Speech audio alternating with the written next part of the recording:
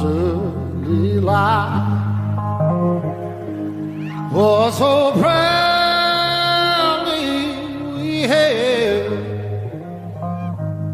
at the twilight's last gleaming, whose broad stripes and bright stars through the perilous fight.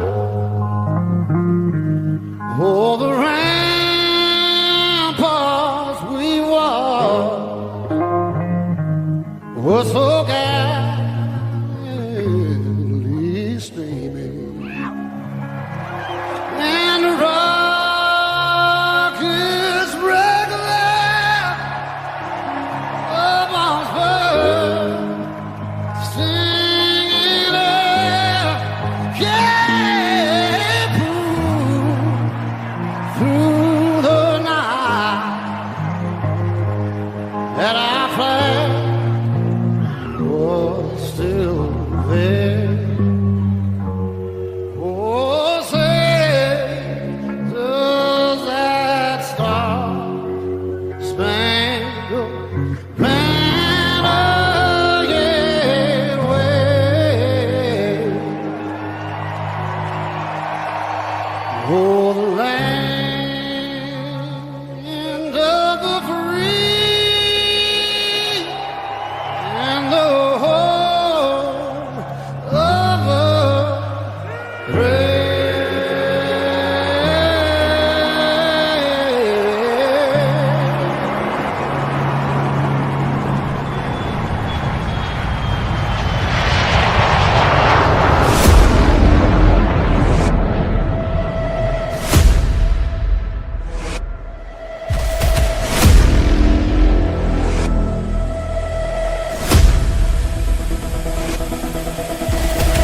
Welcome to Inside the Gamecocks, the morning show, presented by the West Law Firm and Resto Pros of the Midlands, part of the Chief Sports Network, and proud partners of On 3, Go Gamecocks.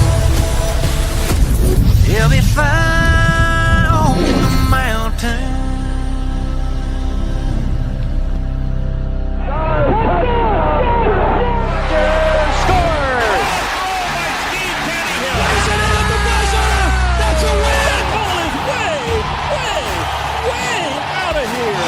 Consecutive home runs for Carolina. It is good.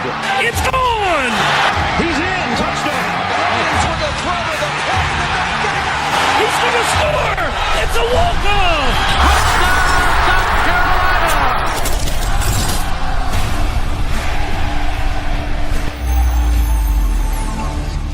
All right, greetings and good morning. Welcome aboard and welcome home. Inside the Gamecocks, the morning show presented by our friends at Resto Pros. There when you need them. There to clean up a mess. Resto Pros of the Midlands, Resto Pros MidlandsSC.com. The West Law Firm could clean up a personal mess if you've got one, or even if you don't. If you need something else, over 8 decades worth of helping blue-collar folks here in this great state of South Carolina, head to West Law Firm SC.com. The pride of Rock Hill, South Carolina.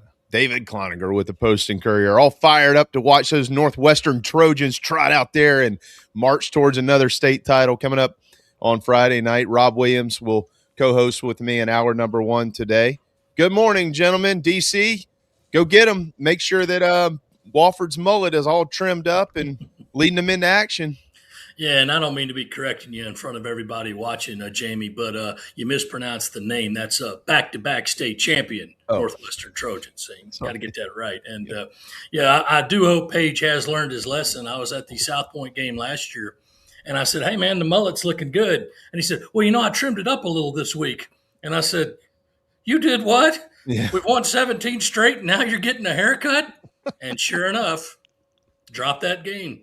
Won 27 out of the last 28, and that was the one because Paige had the bad sense to trim that mullet. So I hope it's like down midway through his back when I go on Friday night. Yeah, well, the Noble Rabbit. I saw him last Friday night at the WRHI kickoff And it's not quite halfway down his back, but it is flowing pretty good. And That's he's good. fired up, no doubt about it. And to tie this right back into the Gamecock theme here, guys, Northwestern plays Huff on Friday night, and that would be Davion Jones and Josh Dobson across the field from Paige Wofford and the Trojans. So big-time matchup. It should be exciting to see what happens.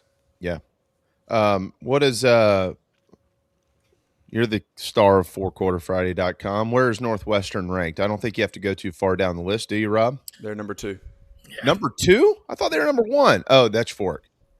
Yeah, Dutch Fork. That's fine. Hey, that's cool. Don't worry about it. And where you start, where you finish. And I will say Dutch Fork is loaded again, as usual. Reloaded. And this is the year, because they realign the divisions, this is the year we may get the fabled Dutch Fork Northwestern matchup. I don't think it would be for state. It would be for upper state. Yep. But I think they might finally get the chance to meet this year and kind of settle one of those hypotheticals. It'd be like, hey, who would win if it was Hulk Hogan versus Ric Flair? Well, you might get that this year come November. Who would you pull for if it was Hulk Hogan versus Ric Flair? I guess I'd pull for Hogan. Me, I'd probably go for the Nature Boy. Okay. Much DC, more of a technical wrestler. DC, I'll give you one more here before we fully jump in. Just in case, I don't know if this makes you feel good or bad, but the Rivals prediction machine has Northwestern predicted 64% win probability. Score prediction is 28-20 over Huff. So It's like when those guys committed. They're both big-time talents, but even then, I was telling all the USC reporters that were at the commitment ceremonies, I said, hey, give them a note for me.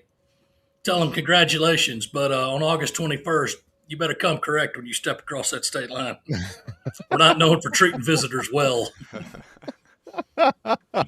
I'm sitting here trying to pull up their schedule, which I've got. Yeah, so they'll actually be in Charlotte the next week as the back end of a doubleheader at Bank of America Stadium.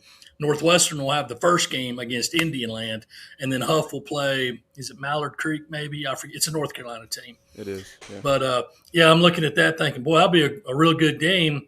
Northwestern's got a 4 o'clock kick on a Saturday afternoon, August 28th. Ooh. It's going to be steamy on that sideline. Yeah, I'm looking at that here. Okay. Yeah, and then they've got I'm so happy they're playing Stratford. And they'll beat Stratford, but you got two best friends coaching against each other there with Denny and Paige. And, I remember when those guys were at Wando, when I was at Wando, coaching, they were coaching for Coach Hayes. And just to think that there were so many great coaches on that Wando staff back then. Obviously Flint knows, he played for him and stuff too. And what these guys have done in their careers. So good for Denny taking the Knights up to Northwestern to play. It's going to be a rough night. And for them, Paige and the Trojans will go down there next year. So it's kind of a low country home and home there because they got a game at Berkeley this year too, and then Berkeley will come up to Rock Hill next season. Yeah, I guess go see his brother. I know. I need to find out if Lane's going to sit over there and talk trash to his brother the whole time, or if he's going to let Paige just coach. Nothing I haven't seen before, man. I'm just I look forward to going to that game because I've never actually been to a game at Berkeley. But I won't look forward to be going in that stadium and seeing that 2009 state champions banner hanging up there and go, couldn't tackle Bruce Ellington in a phone booth that game. Well, not many people could, David. I mean, he got away from him in the SEC too. So, well, as it pertains to South Carolina, Shane Beamer met with the media yesterday. We had a chance to talk to him on Monday, which was great.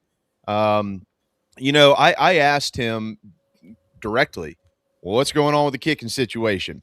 You're a special teams guy, probably the best special teams guy I know. So give me the juice, man. Give me the straight answer. And he said, look, no one's separated, but it's because they're all doing well, not because they're not doing well. Right. I will say that I haven't necessarily heard it phrased that way until that point. But I'm not going to also sit here and say that I don't trust that the head coach is telling me the truth either. So what are you hearing? About the same, Jamie. Obviously, Shane spoke about it yesterday and really said the same thing he said to you, which is like it's not that they're doing bad. It's just it's real competitive. They're all kind of right there together.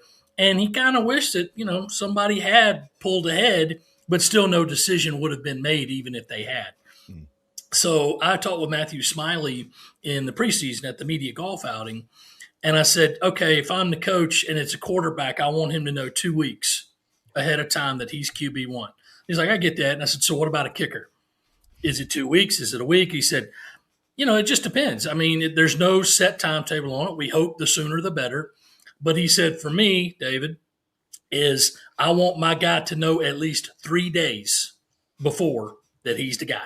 So he knows those 3 days. So I'm like, okay. I mean, I'm thinking, boy, that's cutting it kind of close, isn't it? But, he's a special teams coordinator, been in the NFL. He would know best. So he said, I'm not saying that's going to happen here, but that's what I would say is like, okay, you got to have somebody by then. So maybe it shakes out that it is going to be on that 3-day window for this year. But just in kind of checking around with other people too, I'm like, hey, how's this competition going? And pretty much I got a verbal how can I put this? A verbal message of it's going. I'm like, okay. So I don't think that there's any actually, okay, this is a problem, but I think there's a little tiny bit of disappointment that nobody's really kind of taking the reins and starting to lead this competition. So okay, two things here. One, I got a shrug of the shoulders answer the other day myself. Matter of fact, it was last Friday, it's funny you said that. As I'm like, are we talking to the same people here? I don't know, but it was. Does his name rhyme with? Yeah, like I was like, I mean, it was literally it's concerning to me because they played 9 games in the league and then they got to go to the upstate at the end of the season. But in saying that, also there are very few programs in the country that focus this intently on this unit, like South Carolina does. And for everything I've heard, you've met Matthew Smiley. I have not met him. But the people that I do know who have not only met him, but know him, rave about him.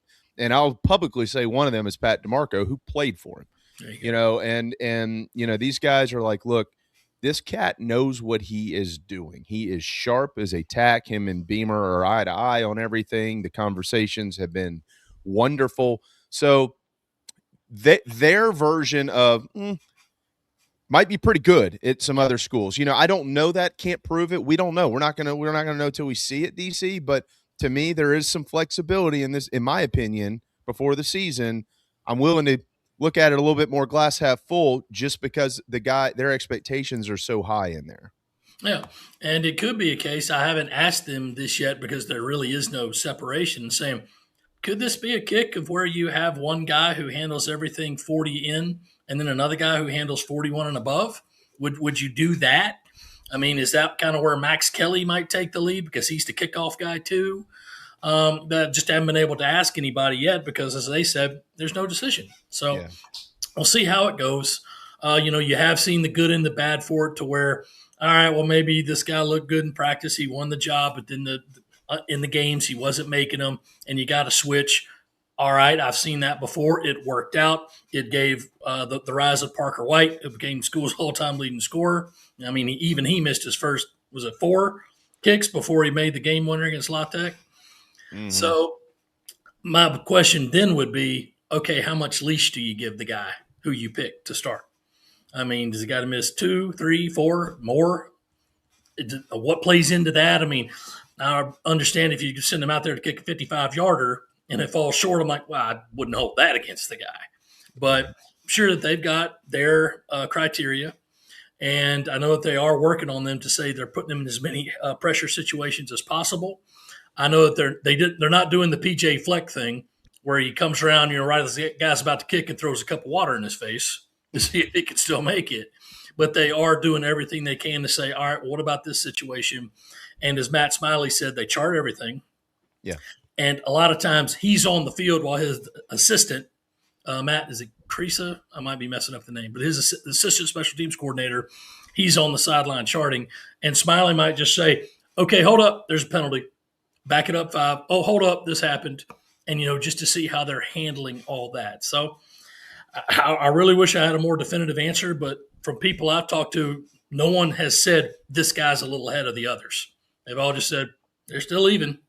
Yeah. Okay, so let's go through another week. Let's get through a scrimmage on Saturday, and maybe they'll have they usually have the kicking competitions during scrimmages, and say, all right, well, let's have 5 kicks each. Who makes the most? Maybe that'll work it out. Yeah, I asked Coach the other day, is there a chance that Mason Love got back into this? I didn't get a chance to follow up because you know how these things go, man. You got to Yeah. move through time and just try to get to where you need to get to. But when he said no, my follow up would have been why? Why not?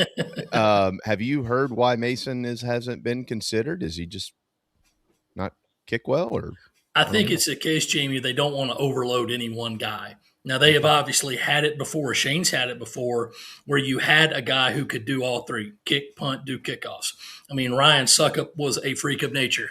Yeah. He could handle all that because he had the body for it. Spencer Lanning did it on occasion. But normally, as it's progressed, he wants to have one guy punt, one guy kick because punting can be so specific.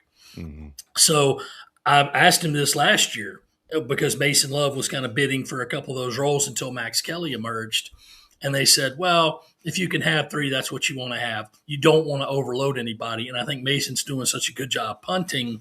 It's like, you just stay out of this. I mean, maybe that's always an emergency ripcord you can pull. But right now it's a case of you just handle the punting. And, if nothing else, Kelly can kick off. If he has to kick two, that shouldn't be any kind of strain on his leg. So, and that also bleeds into the competition right now, Jamie. You don't want to overkick. You don't want to overtrain.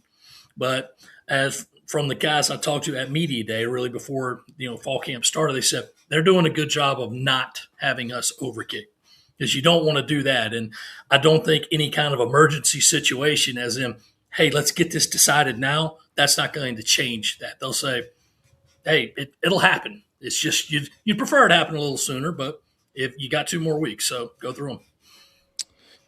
All right, DC, let's stay in your neck of the woods. Obviously, we got you, then we got Chris. So I try to balance it out as best as I can here on our media day Wednesdays, if you will. Obviously, the big story this week was the injuries. We know that, and but it's not to find a silver lining for two young men who can't play football this year. Like priority number one is always, golly, that sucks. And I hope that them and their families are okay and that they can get rehabbed and get back out there. We still have a job to do, which is talk about football and who's going to be able to play in place of them and things like that. So, if I had to project today, I would project Harbor, Bennett, and Black as the starting wideouts. But Shane told y'all, he told me the same thing. I don't know that I could give you 5. And one of the reasons is probably a guy named Sequel Patterson, who has come in and lit up the world with his athletic ability. And they're just trying to make sure that he understands what the hell he's doing out there. So what the hell is he doing out there? He's coming along. I mean, we talked about this last week, and he's taken another leap in his preparedness. He was out there flying around during the scrimmage, doing some really good things. So I certainly agree with your pick of starting 3 guys. And then the next 3, at least to me right now, Nitro, Tuggle, Donovan, Murph, and Sequel. And, of course, nothing's set. They're probably going to have a group of 6 to 8 guys that go to games and dress and all that. But those top 6 are the ones I'm looking at right now and saying, these are your guys. Patterson, they knew what a freaky athlete he was. They knew what a great player and athlete he was. But it was a case like, you can't begrudge the kid because he wanted to stay and finish his senior year of high school, run track and do state track and field meet, play baseball. That's fine. Mm-hmm. But, of course, it was, okay, just understand you're probably going to be way behind when you get here. And he said, okay, sure. Came in May, and all of a sudden, way behind went to at least middle of the pack right away. And now he's bidding for that top job. So it does help. Obviously, very unfortunate news about the 2 Jadens going down. But in terms of having another guy like Jaden Gibson who can go up and get it, the quarterback's best friend, and just throw it in his general direction. He'll get it. Sequel Patterson could be that guy. He's not as tall as Jaden Gibson, but if you can jump and get those arms, the wingspan up, you can make that work. So, it's when one door closes, another one opens. You hate to look at it like this, but as you said, everybody's got a job to do. Those injuries opened up room for some other guys to take those spots and get to play, and that's what they're deciding on right now. But Sequel Patterson is a guy that has said, I wasn't here for spring, so what? And as Shane said, if he can help us, he's going to play. It certainly looks like he's going to play and help them tremendously. I would add this too. I just kind of reading the tea leaves. Mazio for anybody Mazio has been phenomenal Great. since He's the having spring. a great camp. Yeah. He has just been fantastic. And I know his parents are all fired up and stuff too. I know some people that know his parents. They were fully committed to Carolina football after what happened last year. Hey, we're not running from this. This was a tough season. We're going to get our rear ends in gear around here. We're going to go prove how good we can be. And from what I understand, he's done that. A lot of if folks want to go back, they can go to YouTube or wherever you want to go and go look at a lot of things. DC, you've done it, I've done it, Rob's done it, we've all done it. And what Kendall's done over the years as an OC and his creativity and things like that. And one of the things he will do from time to time is, who's the best athlete I've got? Well, let's put him here because they're not going to be able to do this, that, and the other. And Coach Beamer, explicitly told me the other day when I asked him about this offense, I said, why is it difficult to defend? What is it? And how's your defense doing in defending it? And he did it again. He said, yeah, the creativity, the way that he utilizes his players. This is just a hunch. I'm not so sure that I wouldn't be shocked from time to time when they put those 4 and 5 wide sets out there, which isn't going to be all the time, but when they do, to see one or two of those guys like a Sequel Patterson, who's so athletic, lined up back there with Lenore Sellers. And okay, if you don't know all the routes, that's fine. If you don't know the plays, that's fine. You do know how to take the football and run, though, right? Yeah, okay, I got that. Okay, well, we're going to create some space on this side of the hash, and you go ahead. Have you heard things like that? Do you envision creativity like that where you're looking back there going, who the hell's number 23 in the backfield? That's not one of our running backs. Have you heard anything like that? Not anything that specific, Jamie, as in definite sets and, who's going to play in what package, not anything like that. But as Kendall Browser says, like, everything's a possibility. Everything's wide open. We're going to take the guys we have. This is I talked to him in mid-June, and he said, our playbook has been in for a while. And we shortened it down to saying, and that a lot of that was just, hey, Lenoris, what do you feel comfortable in doing? But then the rest of it said, okay, here's what we got. Now, this is before he had a chance to really see Sequel in practice. Could see him in workouts and quarterback receiver drills, but he couldn't see him in practice. So now that's just been upgraded and saying, oh, now here's some things that I ran at Baylor. Here's some things I could have run in high school. Here's some things we can do just with him. And I think that's going to be in it. Now, I can't promise, that he'll be in the backfield and in that old Pharaoh Cooper role or, any of the other athletes that they've had to do that. But he brings that sort of possibility. And as Kendall Browse knows, and any OC knows, it's always about keeping them guessing. What are they going to do now? And if they come out running 4 and 5 and you got another speed guy in the backfield, it's, oh boy, do we need to call a timeout here to make sure our defense is set because somebody's going to be discombobulated. That's why I said yesterday to Shane, hey, you always hear the word tempo. What kind of tempo is Kendall's offense? And he said, I think it'd be a lot of things, but foot on the gas for sure. And but cautioning by saying, now, I know everybody likes to hear, oh, we're going to go up and down the field. There's times you can't do that. You know right. what I'm saying? You got to protect your defense. Sit on the ball and run clock, okay? Yeah. But as he said, it's definite foot on the gas. And I think we talked to a lot of the same people about the scrimmage. The first thing I saw, which there was a word in there that I can't repeat on the air, but, yeah, the offense cut the defense's hindquarters in the first half, up and down the field. That's what they were doing.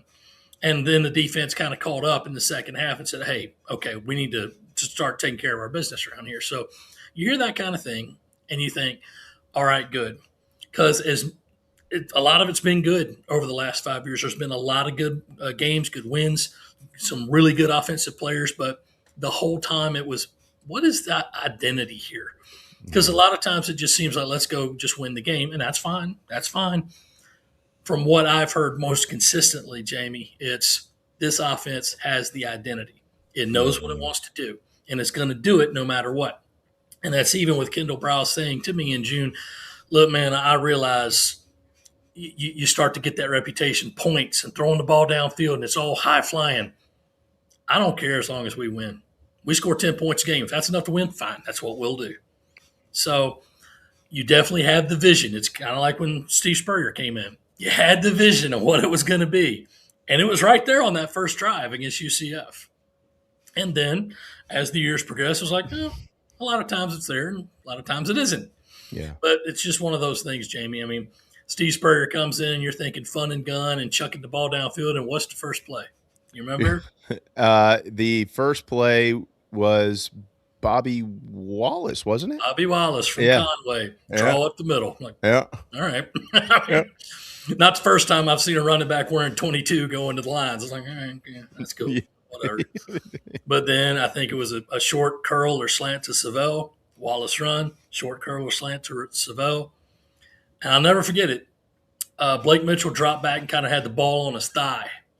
And when he dropped back and cocked his arm up, I don't know who it was, but somebody in the press box just murmured, "Old ball, coach." Flung the pass, and there's Noah Whiteside breaking in the end zone. I thought, oh, man, that's what it's going to be like this every week. Well, it was not. Sometimes it was. It wasn't the rest of the game either. Yeah. What was it? 23-0 lead, and they won 23-15? Yeah. I think after Andy got into the end zone, I think that was about it. Yeah. I remember Andy. My man, number 80. Yeah. But, yeah, so we'll see. I mean, there's all kinds of possibilities that you can do with an athlete like Sequel Patterson, but you've also got guys there too. And I'm going to run this game week, so at the risk of, scooping myself, I'm interested to see where the tight end fits in. I know it's always a popular question. I'll throw tight end more. But my deal is 2 years ago, Lenoris was so good because he had Josh Simon there. I had other guys too. Of course he did. But Simon was always there. He was the safety catch. He was the option. And if you could hit that guy on an 8-yard button hook every time, you couldn't stop it. Simon ends up leading the team in catches, yards, and receiving touchdowns. Nothing against the guys that they had last year or will have this year. It's like, Lenoris, how much more comfortable did that make you? And do you need to have that kind of athlete? Is it just the tight end, or is it a Josh Simon athlete?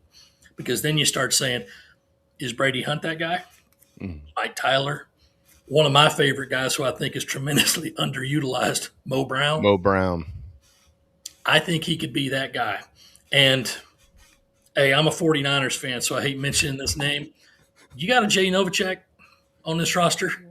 I couldn't stand that guy because you couldn't defend him. He ran one route his whole career. One. And the guy should be in the Hall of Fame. Always burned me up during those games.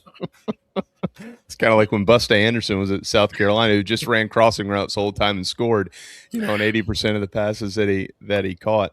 DC, we got to let you run on that note, but wonderful stuff, man. I look forward to looking at that once you get it out on the tight ends. I think it's like in Bryle's career post Baylor, tight ends have caught 17 or 19% of the passes and 17 or 19% of the touchdown receptions as well in all the offenses. I had done some research on that a little while back too.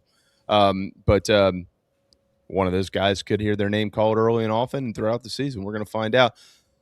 Go get him on Friday night. It's a big night for old Noble Rabbit and the Northwestern Trojans, man. I'm excited to see him.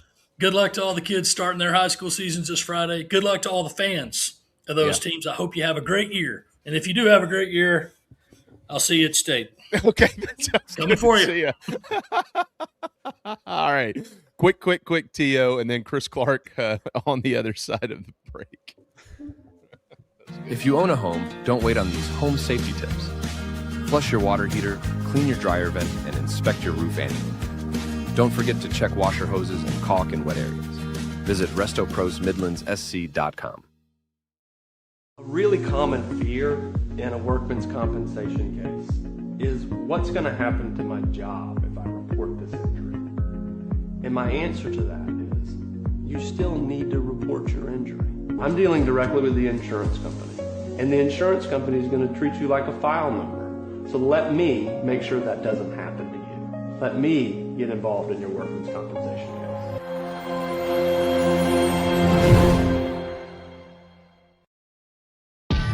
Ryan Brewer Fence offers a variety of services ranging from fences and railings to columns. Our craftsmanship, experience, and service is second to none. Visit ryanbrewer.net today. Why are you throwing all that money over the falls? If you're buying a Honda or Toyota, that's exactly what you're doing. Look at the Kia Sorento. Get a third-row SUV for $8,000 less than the Highlander. Toyota only has a 5-year warranty. JT's Kia has a 1,000,000-mile warranty. Don't forget JT's Advantage Package. oil changers, roadside assistance, and so much more. Choosing a Sorrento over a Highlander is a no-brainer. More features, better warranty, and you save over $8,000. We're serious about saving you money. Killeen Road, I-77, or Greystone Boulevard. JT's Kia. Is this your golf game? It doesn't have to be. Visit McKellarEnterprises.org and improve your game today. Do you carry? Carry responsibly with us. What could you lose from a self-defense act? Visit ProtectWithBear.com to find out more. ProtectWithBear.com.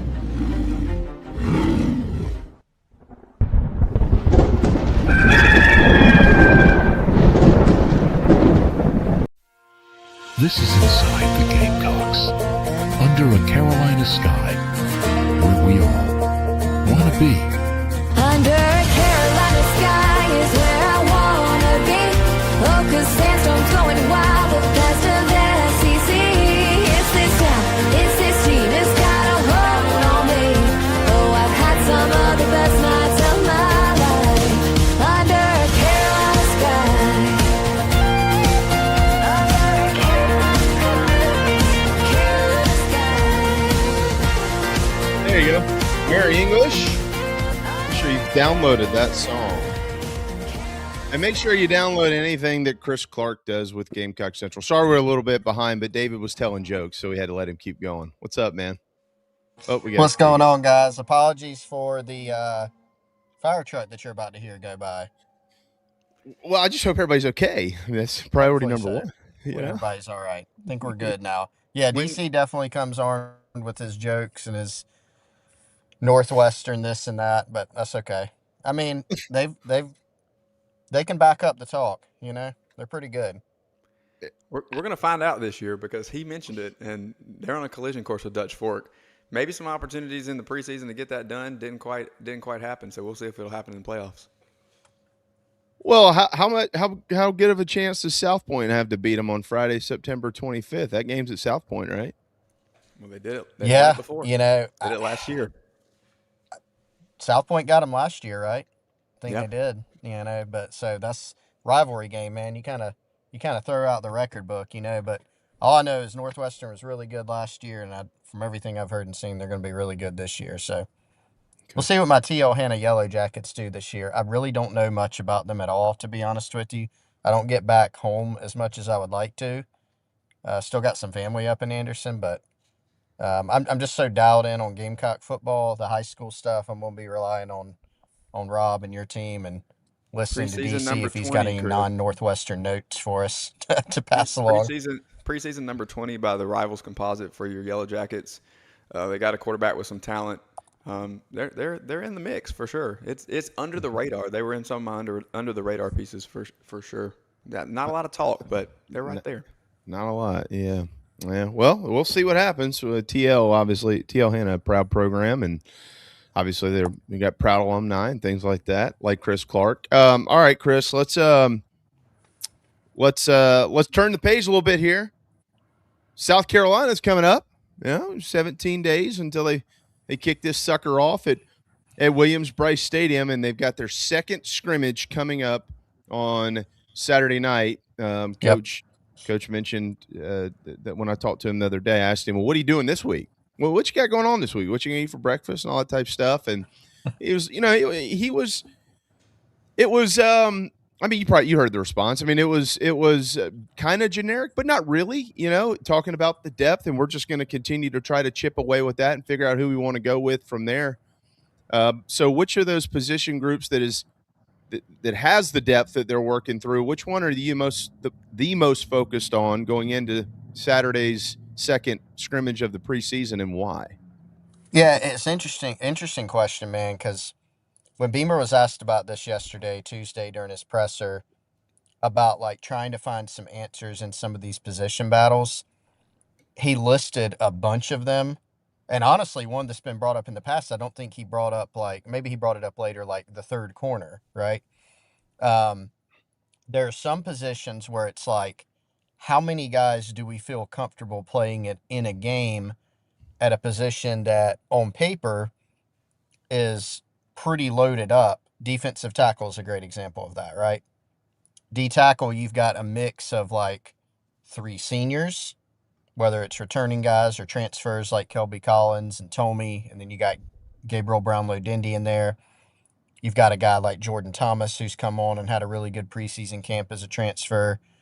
You have a freshman in Noah Clark, who by all indications is probably going to be too good to keep off the field. But I just named, 6 guys, and there are some others in there. Troy Pikes is in there. How many guys can you play in a game? And so I think they're trying to figure that out. The receiver rotation, which I know you were talking with DC about, that rotation or potential rotation has been narrowed a bit with a couple injuries, particularly the Jaden Sellers one. He was a guy that, if he didn't start, was going to play a lot of football and a lot of snaps, catch a lot of balls for this team. But you still have a lot of guys there. So who's it going to be? Now you probably have some clarity on the slot. You got Nick Carver. We know he's starting. Mazio Bennett is now, we'd be very, very surprised, if not shocked, if he's not a starter at slot. Okay, what about the other spot? Is it DJ Black? Is it somebody else? Who are the next couple guys up that you feel comfortable with? But I think also just getting some clarity on some of these spots where you don't know the answer as much. Mm-hmm. You don't know who the kicker is yet. Shane Beamer said yesterday, we want some clarity. We want somebody to step up and kind of take that job. He talked about it in the team meeting with the guys. Who's going to go out and take this job? Who's going to be running back 1? Who's going to be 1A and 1B or 1 and 2? Who's going to be the starter? What is that third corner like? What does the safety position look like? The nickel battle, I think, Jamie, has gotten more interesting. Entering camp, felt like it was Gerald Kilgore with Quashid Scott coming along and kind of playing a factor there, but he had a really good scrimmage. Beamer shouted him out in the press conference. He's coming along. So there's still a lot to figure out, and it's kind of a mix of, hey, who's going to win this job? But beyond that, there's some spots where it's just, what does the depth look like? Who are the guys that we can trust to go play? And these scrimmages are really, really important for that. You typically hear in the preseason, first scrimmage, all the scrimmages are important, all the practices are important. But a lot of times you hear by scrimmage 2, the coaches are starting to formulate a better idea of what this team actually looks like. Agreed. And the cross training caught my attention on Monday when Coach mentioned that to me. I'm pretty sure he mentioned it again yesterday in his press conference, Chris. The antennas went up in the secondary, certainly, because that's where the conversation we were actually having. I asked him about the nickel. He's like, yeah, we cross train guys. Concerned about the youth. And, so does Quashid, does Gerald, does one of those guys end up popping up at safety or something? I don't know what role that would be, or does one of those safeties end up popping up at corner if you got to get in there for a play or two behind a Judge Collier and Vicari Swain? We're safe there. We can project them as starters. I think everything's good. But yes, same thing with the offensive line.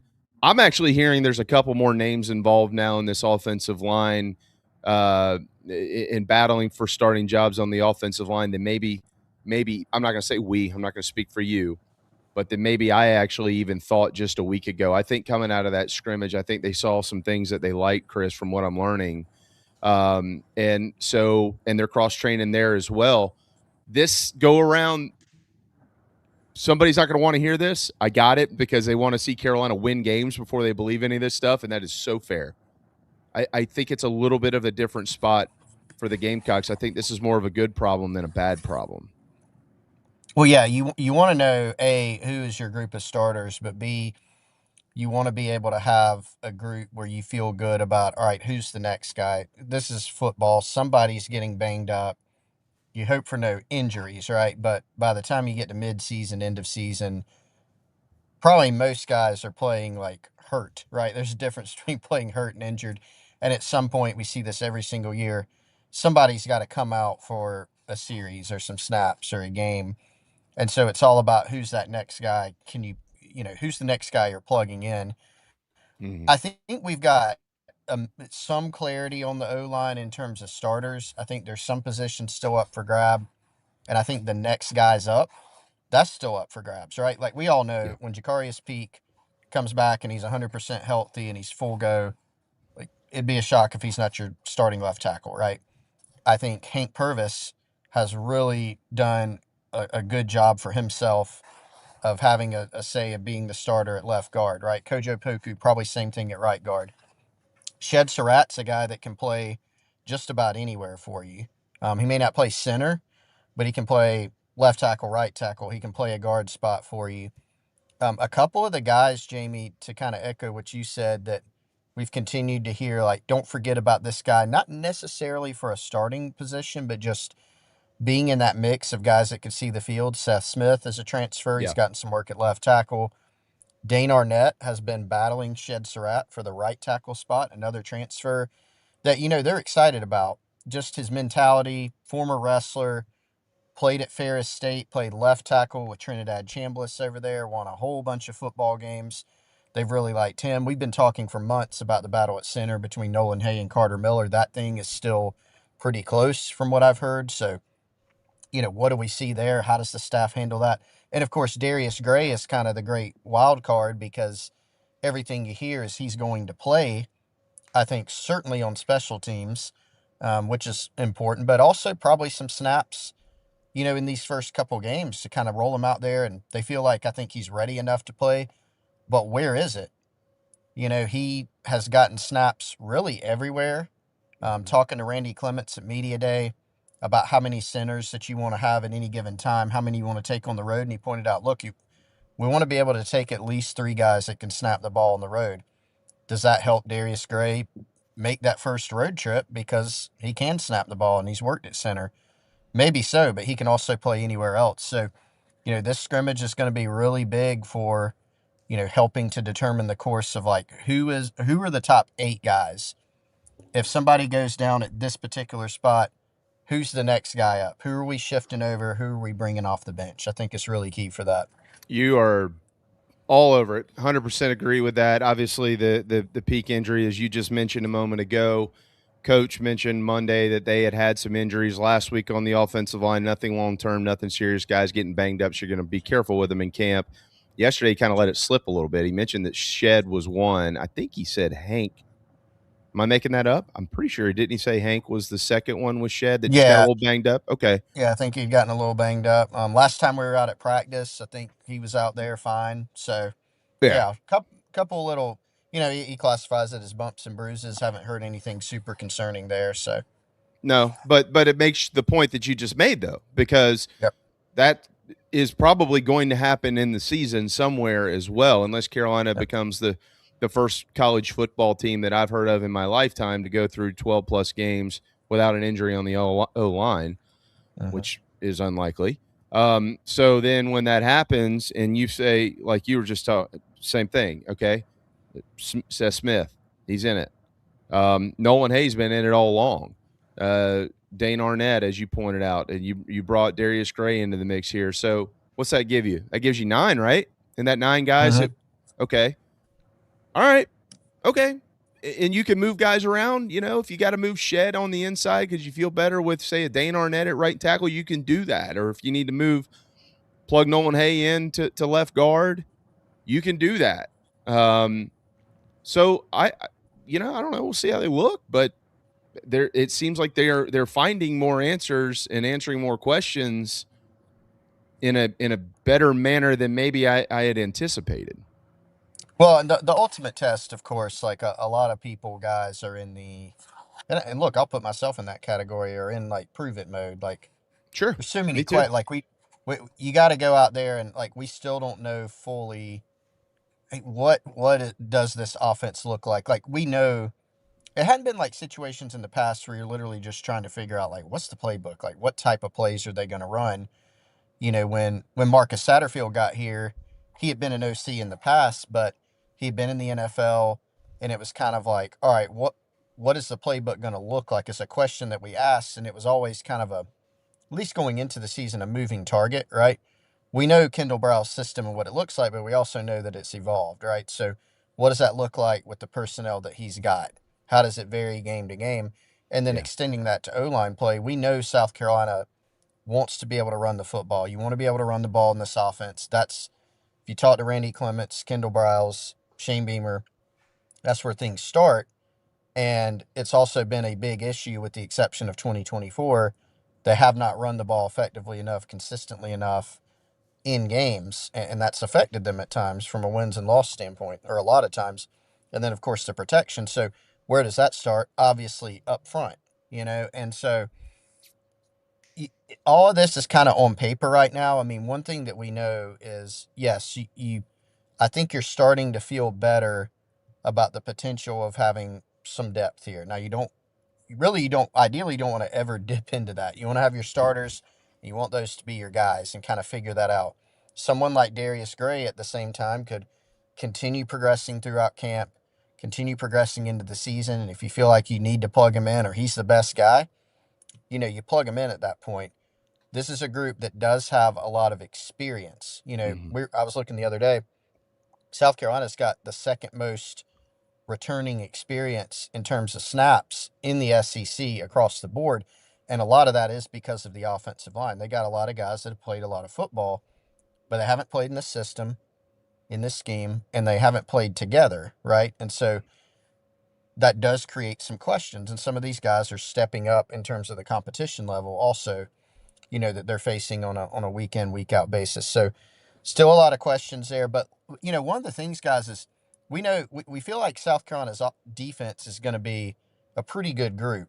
Yeah. And we've heard from dating back to the last scrimmage and in practice settings that the offense has run the ball better and moved the ball better. And frankly, you can't do that without playing pretty well up front, and so I think that's encouraging.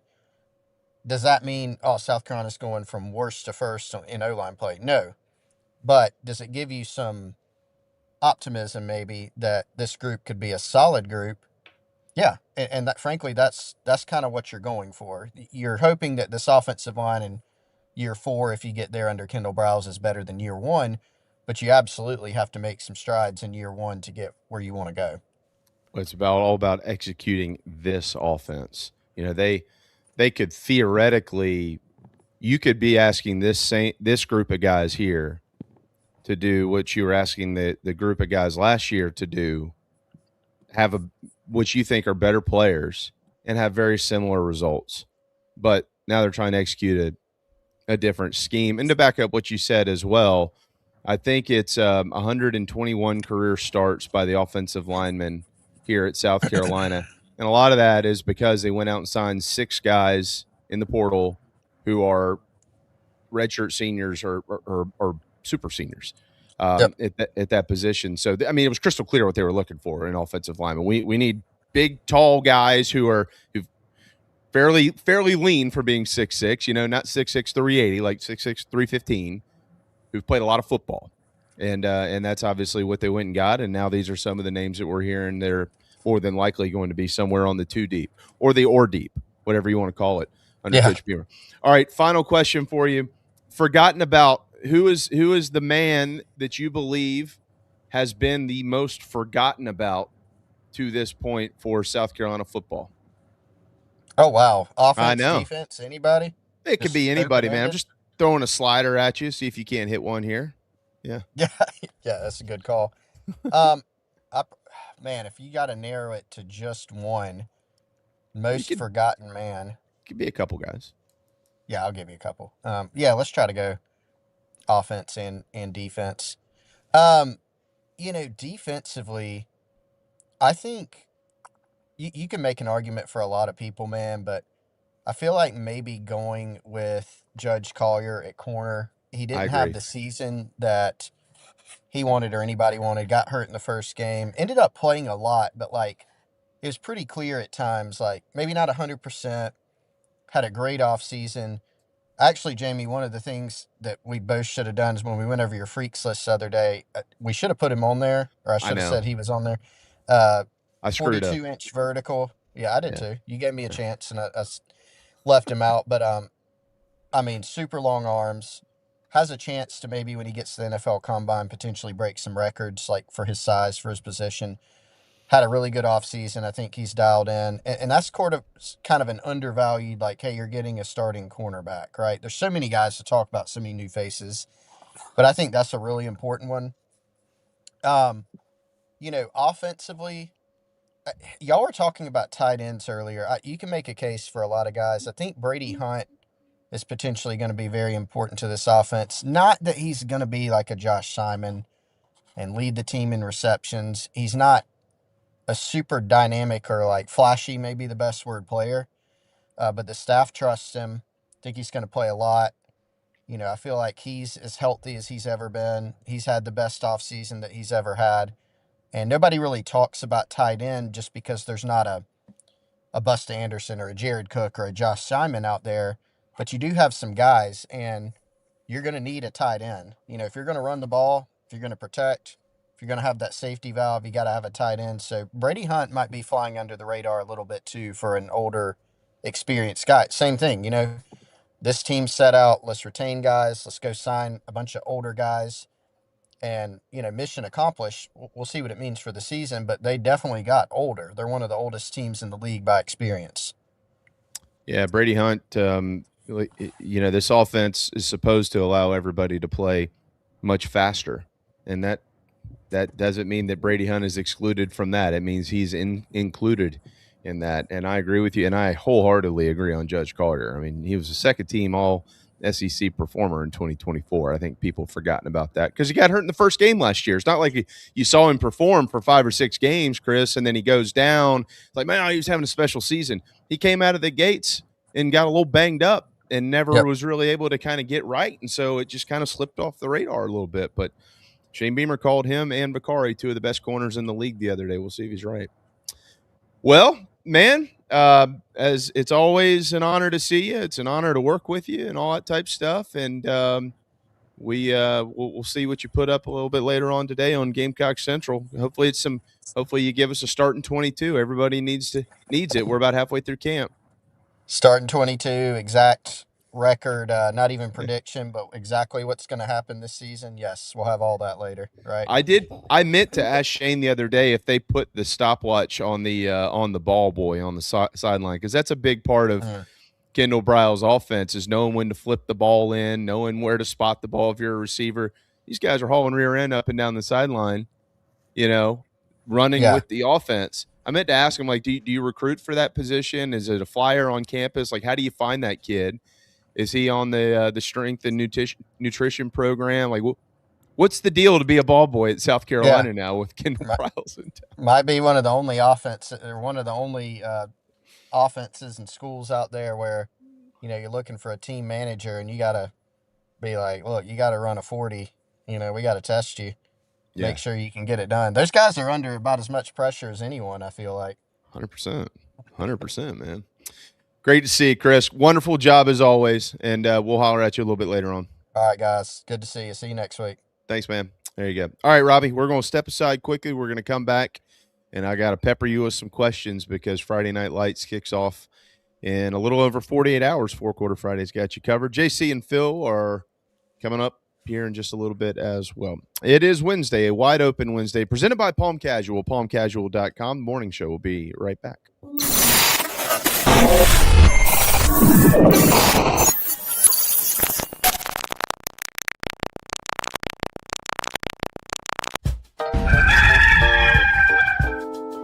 Dry Space Crawl Space Solutions are your local home protection experts. Crawl space encapsulation, sump pump and drain installs, humidity control, duct cleaning, basement waterproofing, concrete leveling, and French drains. We do it all. Visit dryspacecs.com. dryspacecs.com. Go Gamecocks.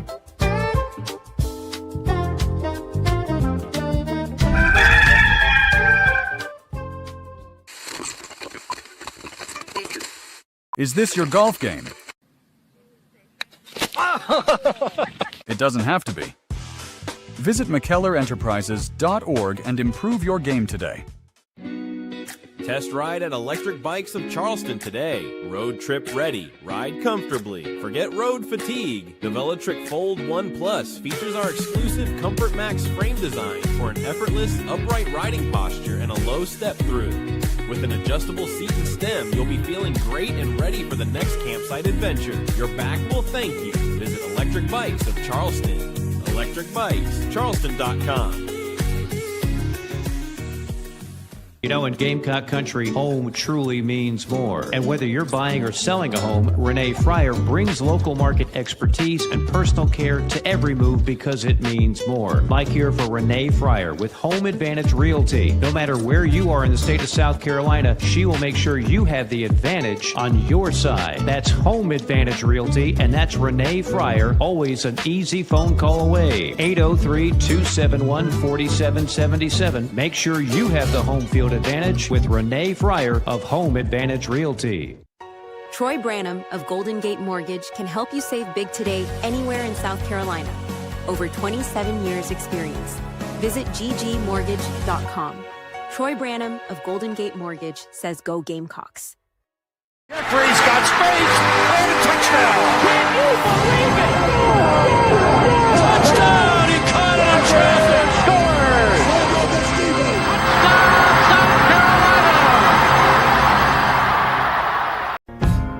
Bring on your forces of nature.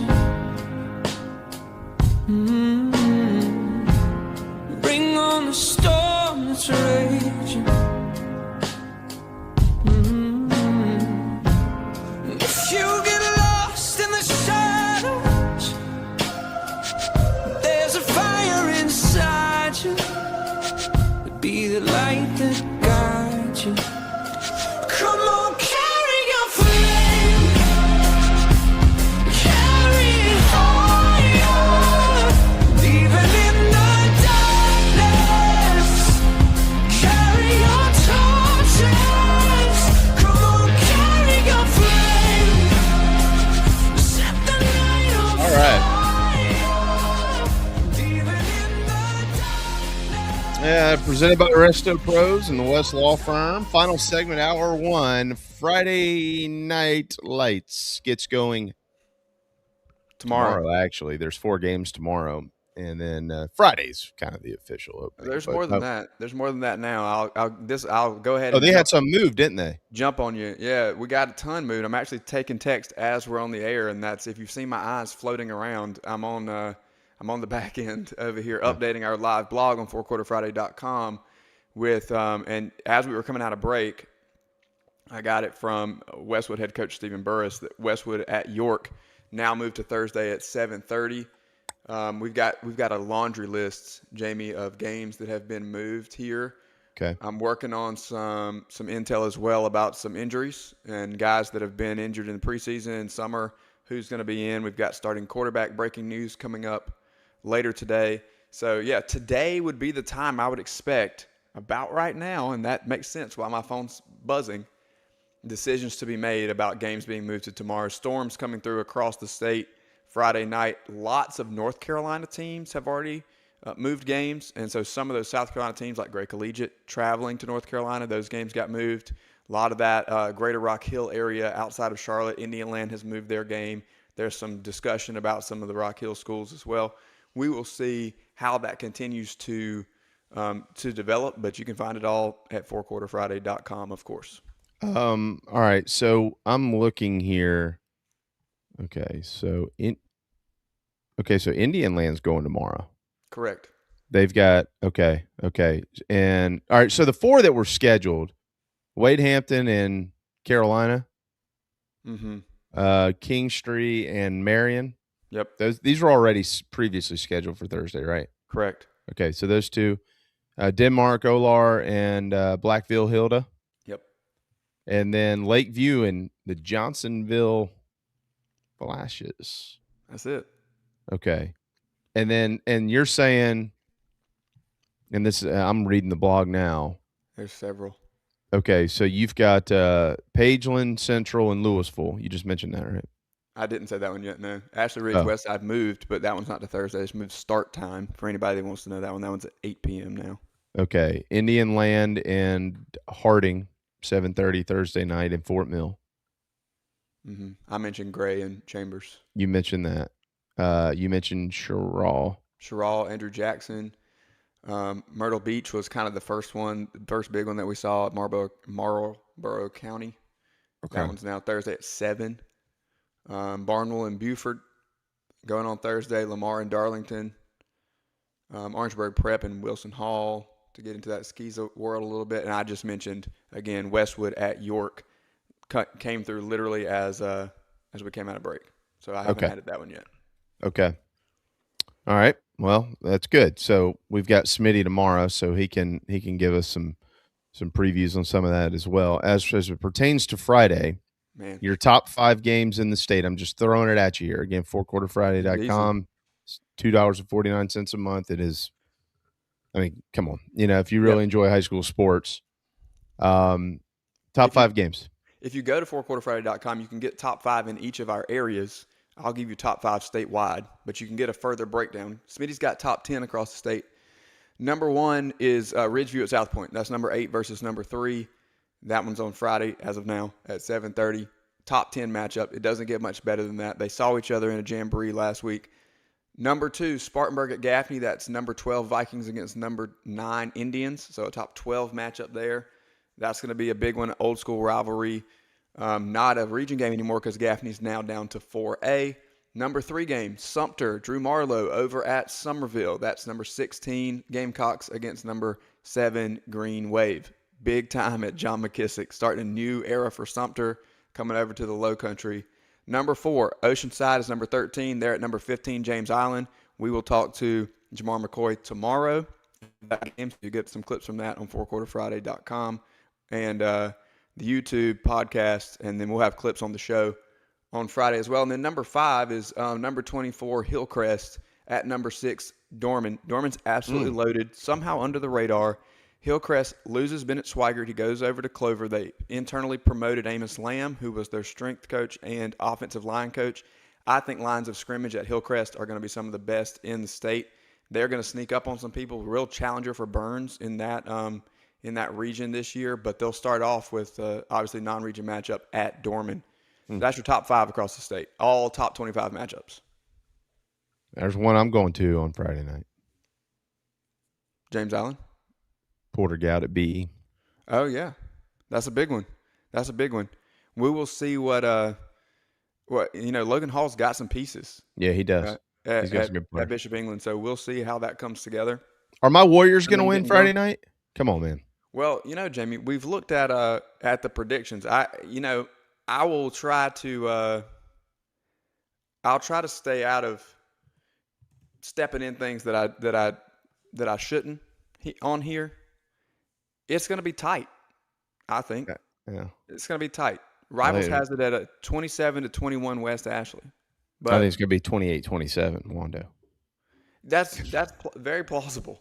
It's very plausible. I think, in some of these games where you're within a 10-point spread on some of these predictions, it could swing either way. I mean, here's another big one. I'll give you this kind of outside, maybe a little off the radar in the CSRA. North Augusta travels to Strom Thurmond. Yeah. There's a wide gap predicted in that one.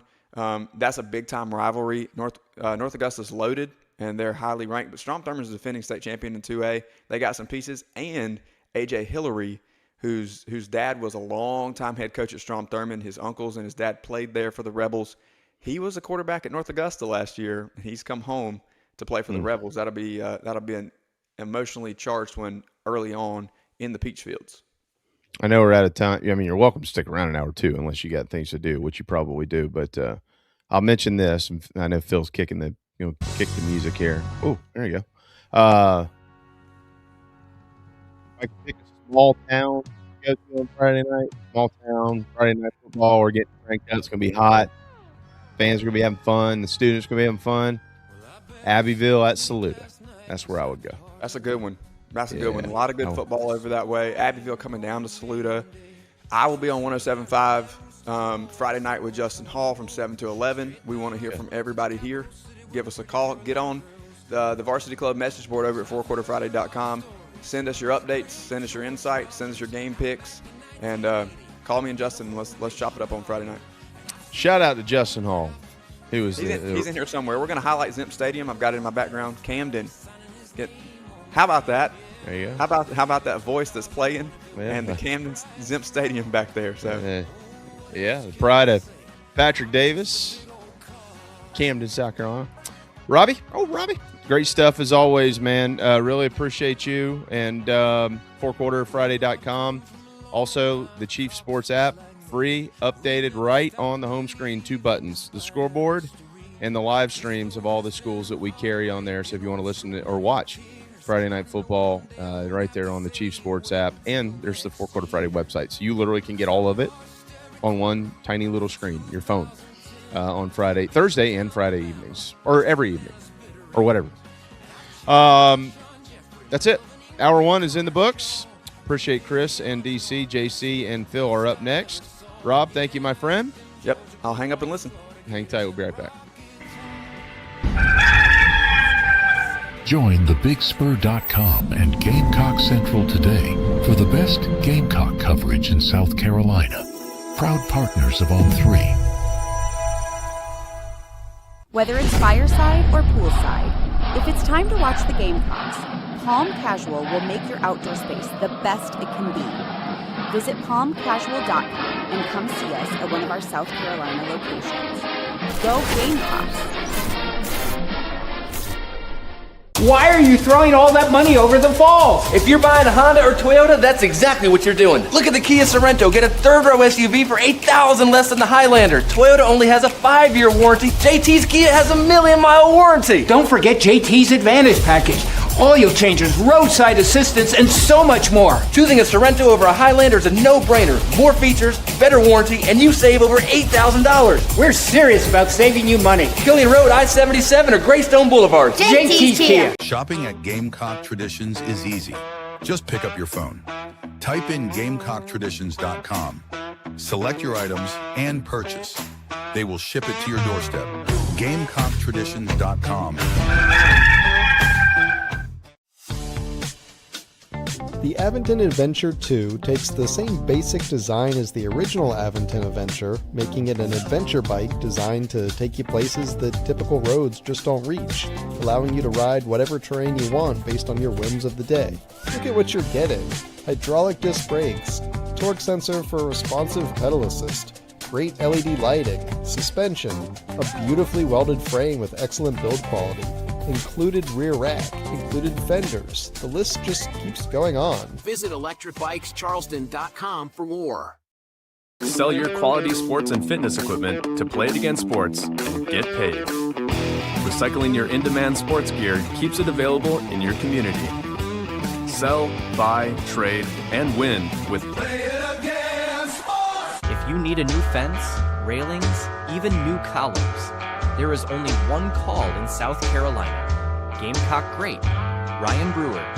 Over 15 years in the industry. Visit ryanbrewer.net today. Watch JC and Morgan every week on the Chief Sports Network. Now back to ITG. You're tuned into Inside the Gamecock, the morning show, part of the Chief Sports Network, proudly presented by the West Law Firm, and brought to you in partnership with Resto Pros of the Midlands. Go Gamecocks!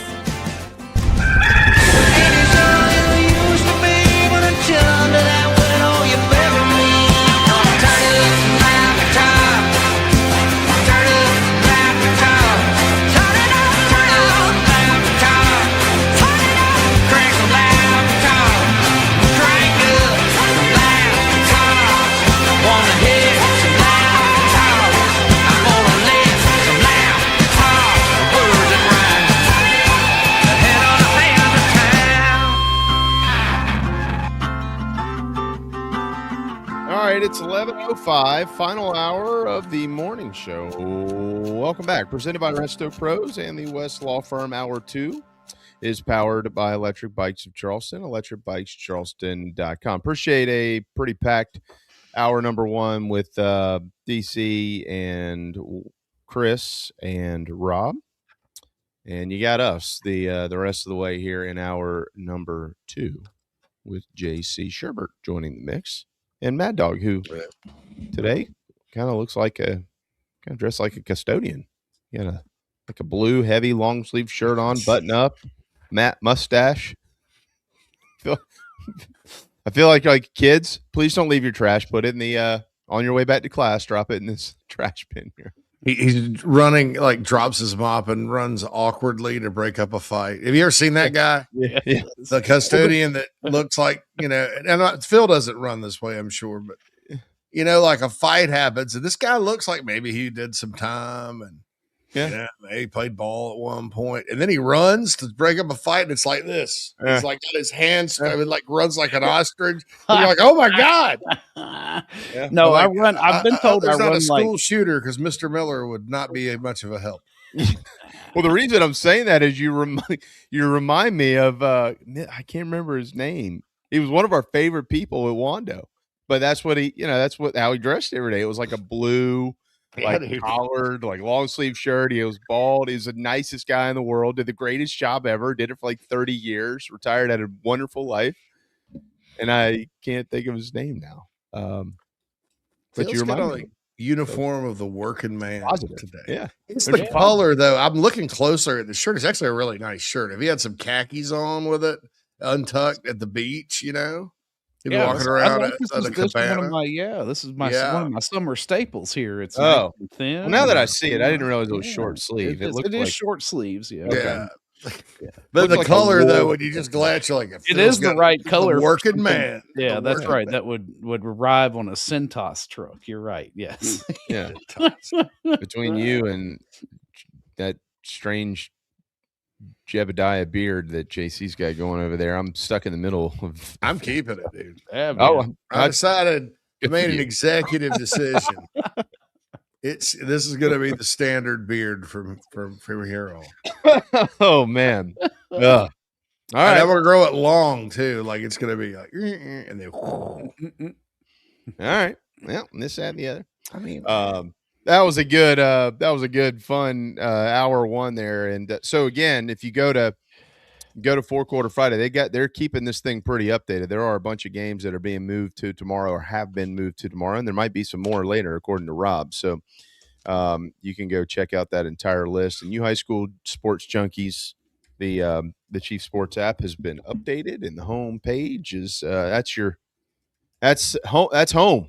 That's home on Friday nights right there. You can look at all the scores and listen to the streams and all that stuff. So we appreciate our friends at the South Carolina Athletic Coaches Association for helping us out with all that. As it pertains to Carolina football, South Carolina football, got some good updates in the last hour with both DC and which, by the way, Phil, did you catch the end of his segment? For all of you, wish you the best of luck. If you have a really good season, see you in the state championship. When he put his hat on, that Northwestern hat on, that was good. Yeah, he was ready. He came prepared today. Yeah, that's why you got to love DC, man. He's on top of it. Yeah, that was good. That was pretty good. His everybody has a nickname around here. He told me his nickname could be Smokehouse, and I said, why? No. That's all I'm going to give you on that. So, moving forward, it'll be Smokehouse Cloninger. Interesting. Cool?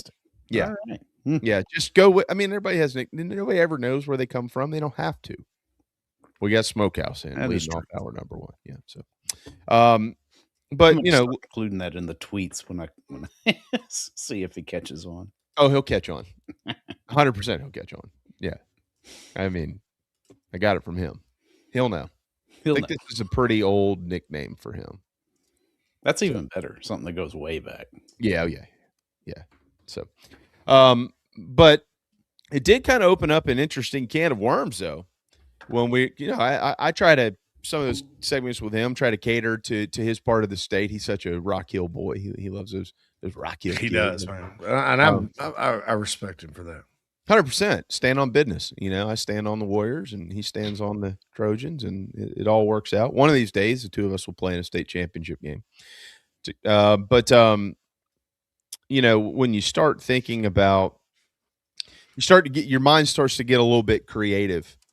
And because we've had to do so much homework for the last 8 months, and, you watch film, JC, you do the same thing I do. I'll sit there and watch stuff and go, all right, cool. And then you call somebody who can break it down a little bit better for you. And you start to kind of try to understand what maybe South Carolina is going to be doing around here. And I put out that column yesterday about the two units. I mean, there's a lot of units, and the defense has done this for a while, but on offense, the quarterbacks taking on the personality of their coach, which is Kendall Briles, right? A very swaggerish, confident approach out there. Coach Beamer mentioned on Monday, he liked the fact that the offensive linemen seemed to be taking on the identity and personality of the offensive line coach, which is tough and demanding. I like tough and demanding for offensive linemen. That seems like that's who you want in there. And then so you start to think about that, and then you start to think about the fact that while Kendall's, and Shane mentioned this too, but while Kendall's offense really isn't complicated at all. Going back to what we mentioned yesterday, guys, like if you compared last year's offense to this year's offense just on tape, like, well, this is what he does, this is what that does, people would circle Kendall's as the more complicated offensive scheme or system, and they would be, totally wrong, right? and so you start to think about what are some of the fancy and funky things that you could see. You know what I mean? Like, okay, so you got this Sequel Patterson kid. I don't, JC, did you read between the lines like I was trying to yesterday a little bit, comparing notes to what Coach Beamer kind of mentioned Monday morning with us? Hey, look, yeah, he's an elite athlete. Now we're just trying to get him there, trying to get him to understand what he's doing out there. But good coaches find ways to get their best players on the field. So this isn't going to be like all the time. It's not like they're going to be running trick plays every series. It's not what I'm talking about. But what do they have in the tank that allows you to, dream a little bit, or, some of that funky stuff that catches your attention, the highlight tape stuff where you're like, oh my gosh, he's lined up at tailback, or this guy, they got him stacked out wide here for no other reason than just to clear space for him to run a go route. Like those type of little tricks and things like that. I've started over the last 48 hours to start to try to imagine where the creativity might come from this season. Yeah. The thing with, when you look at Briles and kind of his history as a play caller, there is a lot of, out of nowhere stuff. I mean, the A&M game that I've kind of been obsessed with watching. And look, in that game too, Elko adjusted in the second half. Arkansas did not go very far, so it wasn't like they lit him up, but it was a good sample size of kind of what he's all about as a play caller.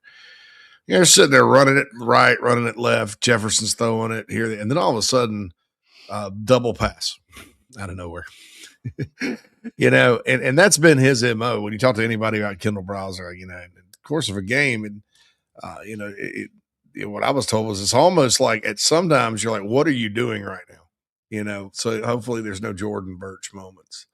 But I don't think anything will be that crazy. No, I don't mean that. But, the double pass, things like that, those are, I guess, your standard trick plays, if that makes sense, reverses. Just utilizing around, lining guys up at different spots. That's definitely what he likes to do. And it's all about, maximizing your talent. And I get back to the point I've always made about it being the roots of this offense are in high school sports. In high school football, all right, the roots of high school football, not high school sports, high school football. In high school football, you're at the mercy of who's in your attendance zone, or it used to be that way. Hopefully it gets back to that, because I think anyway. And so some years you're going to have a lot of guys that live there that are good linemen. Some of you have a lot of fast guys. Some of you are not going to have, you're going to have like one or two playmakers. So how do you keep defenses from taking them out of the game? Well, you line them up at different spots and you try to get them the ball. It's all designed to get your playmakers the ball. And he's very creative in that department. I mean, even at TCU with a guy working for a guy that has his own offense and own ideas about offense, and Sonny Dykes, they weren't running the ball well. They moved Savion Williams to running back. Boom. And needless to say, things like that have kind of been what he's done throughout his career. His dad did a lot of it too. Really good piece on Art Briles from Brett McMurphy today on 3, by the way. Had a deal to become Texas's head coach, and then lost to UCF and in the Fiesta Bowl did not. But it, I think you'll be able to see that, with a guy like Sequel Patterson, like we've been talking about. I can see, him being a part of some of those gadget plays because, if he's still learning how to run routes and the offense and the check, all the stuff that goes into it, and it won't be that long. I mean, this is not a situation where even in Steve Spurrier's offense, if you remember, Alshon Jeffrey didn't start until like the Kentucky game of his freshman year. Yep. Spurrier's offense, the receivers, it actually put more on the receivers than the quarterbacks because there was a lot of option routes, and some guys it took them a while to get it. Once they got it, though, it was beautiful. I mean, it was very precision and stuff like that. This is not like even that. I mean, it's something that a young receiver can learn quick, but there's still a learning curve, right? But when you teach a guy to do a gadget play, it's one play that you master in practice. You sneak him out there, you run a couple of dummies, and then all of a sudden, all right, here we go. It's the sequel play, boom, and then there you go. So I'm very curious. I don't know that it's out of the question that once he gets comfortable that he's not, not doing non-gadget plays, I think. But Beamer's right. That's the thing with him is that, you just got to bring him along and get him comfortable just like any other freshman. 100%. And it's, the way that I'm kind of looking at it is more along the lines of finding creative ways to just use the talent you've got. Like, you don't have to run trick plays and stuff like that. Everybody's going to have some of those in the bag, and maybe you bring one out from time to time. Briles is a true offensive coordinator, so I'm sure there will be moments this year where he's setting up defenses to be able to run something that's kind of exotic like that. But when the thing that we always loved about Coach Spurrier was he was able to figure out the weak point or the weakness in the defense, expose it, and attack it until somebody figured out how to stop it. And that's what made him great. And there's a lot of similarity there with Coach Briles. And so, where he can think on the fly and go, this kid here can't cover this. I got to find a way to get this kid the football right there. And that might be, taking a like you mentioned, or I mentioned, a sequel or a Donovan Murph. I mean, you just don't ever know. It might be a running back for all we know. It might be a Isaiah Gustav who all of a sudden is doing something that there might be two backs on the field and one of them sliding out into the slot. And here's the reason why. We just don't know. But it's because they're seeing something that they believe they can take advantage of. You know what I mean? Like, this isn't, let's just try it and see if it works. We've had a lot of that around here. This is not that. This is what they're telling us to do here. And those are the offensive coordinators that are always the most successful. The defense is telling you to do this. Let's get this guy to do that because we're not asking him to do anything other than what he knows how to do, which is just, run and catch it. And those are the things that I've ventured off a little bit and been poking around about, and it's interesting. Yeah, there's Brooks Austin did a breakdown of why he thinks Sellers will be good in this offense, and it was good because he's one of the few people out there that have kind of made the connection. Okay, here's Sellers, and he went through the A&M tape, which was interesting because it kind of exposed some things Vandrevius Jacobs was doing that none of us noticed. Yeah. I mean, like blocking and effort wise, and you're like, oh, well, it's interesting. Mm-hmm. And it also kind of dug into some other things with Carolina. And then he pulled out the Arkansas Ole Miss film from whenever Kendall was at Arkansas, and Arkansas won that game 53-52. It was one of those crazy games ever. And so one thing he said, all right, so they ran an option play, a speed option to the right. KJ Jefferson made the wrong read. If he'd have pitched it, he would have been gone. And then the guy pointed out but wait, 9 plays later, they went back to it, right? That's smart. Mm-hmm. That's smart. A lot of times bad offensive coordinators will try something one time, it won't work, but they don't see that like it's there is just an execution thing. So let's go try it again. Or like when to try it. So I think it's pretty I think that made me feel good too. What I was told too about the scrimmage is people, somebody was watching it. The scheme is really good and the tempo is really good on that, but the play calling, like he knows what to dial up and when, which is good. I think, and I think there's a lot of different layers to offensive coordinators. Like I think Marcus Satterfield, when you gave Marcus Satterfield 12 plays to call, Marcus Satterfield had a good feel for it, firing them in quick. I think I don't know that Mike Shula did. I think Dowell Loggins kind of tried to fight his tendencies sometimes. But I think in general, though, when Dowell really kind of got locked in on like, we need this play here, think about it. 4th and 10 at Alabama. Dialing that up took some stones, and he did it. The shuttle pass against Missouri. It's a great play call. Yeah. And Stonesy. So, I just, man, but then there were some tendency things, but I think Briles, there's a lot more to him than maybe just a guy that goes out there and wants to go a million miles an hour. And, the plays are just the plays. I think that a lot of it is what he calls and when. He's probably grown in that department given the different stops he's made in college football. Well, there's no doubt about that. I mean, it's I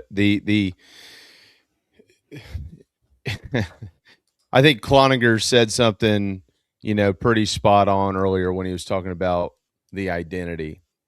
I think we can all live with if you get beat, you get beat. Nobody likes to lose, but we understand Carolina loses plenty of games every year. They always have, except for 3 seasons where they only lost 2 games. You lose games, you lose games. When you lose games because of things that are just crawling under your skin, that's where you start having to close the bridges. It's like, man, close the bridges. I love it. You know what I'm saying? You mentioned, we always joke about the Jordan Birch pass and stuff like that. Obviously last year, all these ridiculous penalties and things like that. But what was South Carolina's offensive identity at any point in time in Coach Beamer's era, other than about 2/3 of the way through the 2024 season? Can anybody establish that? Because nobody really knows. I mean, even Coach Beamer says, or everybody says, we had this pro style offense. It wasn't really a pro style offense, right? No, it wasn't.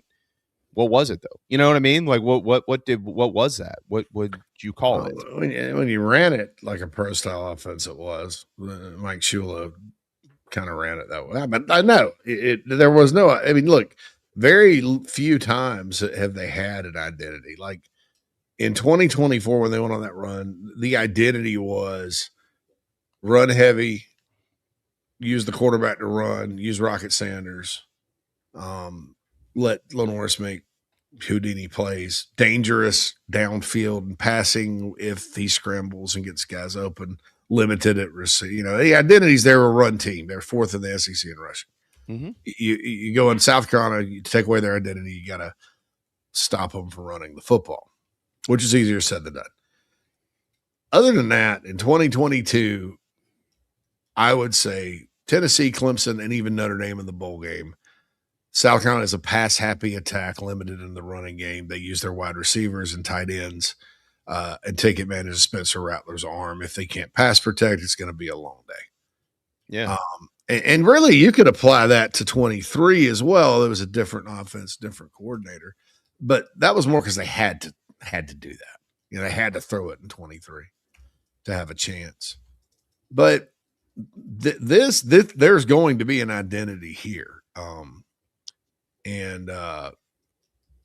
It's just, this is how it is. When you hire a guy like this is just, that has it's his own offense. It's his dad's offense. It's the Briles family offense.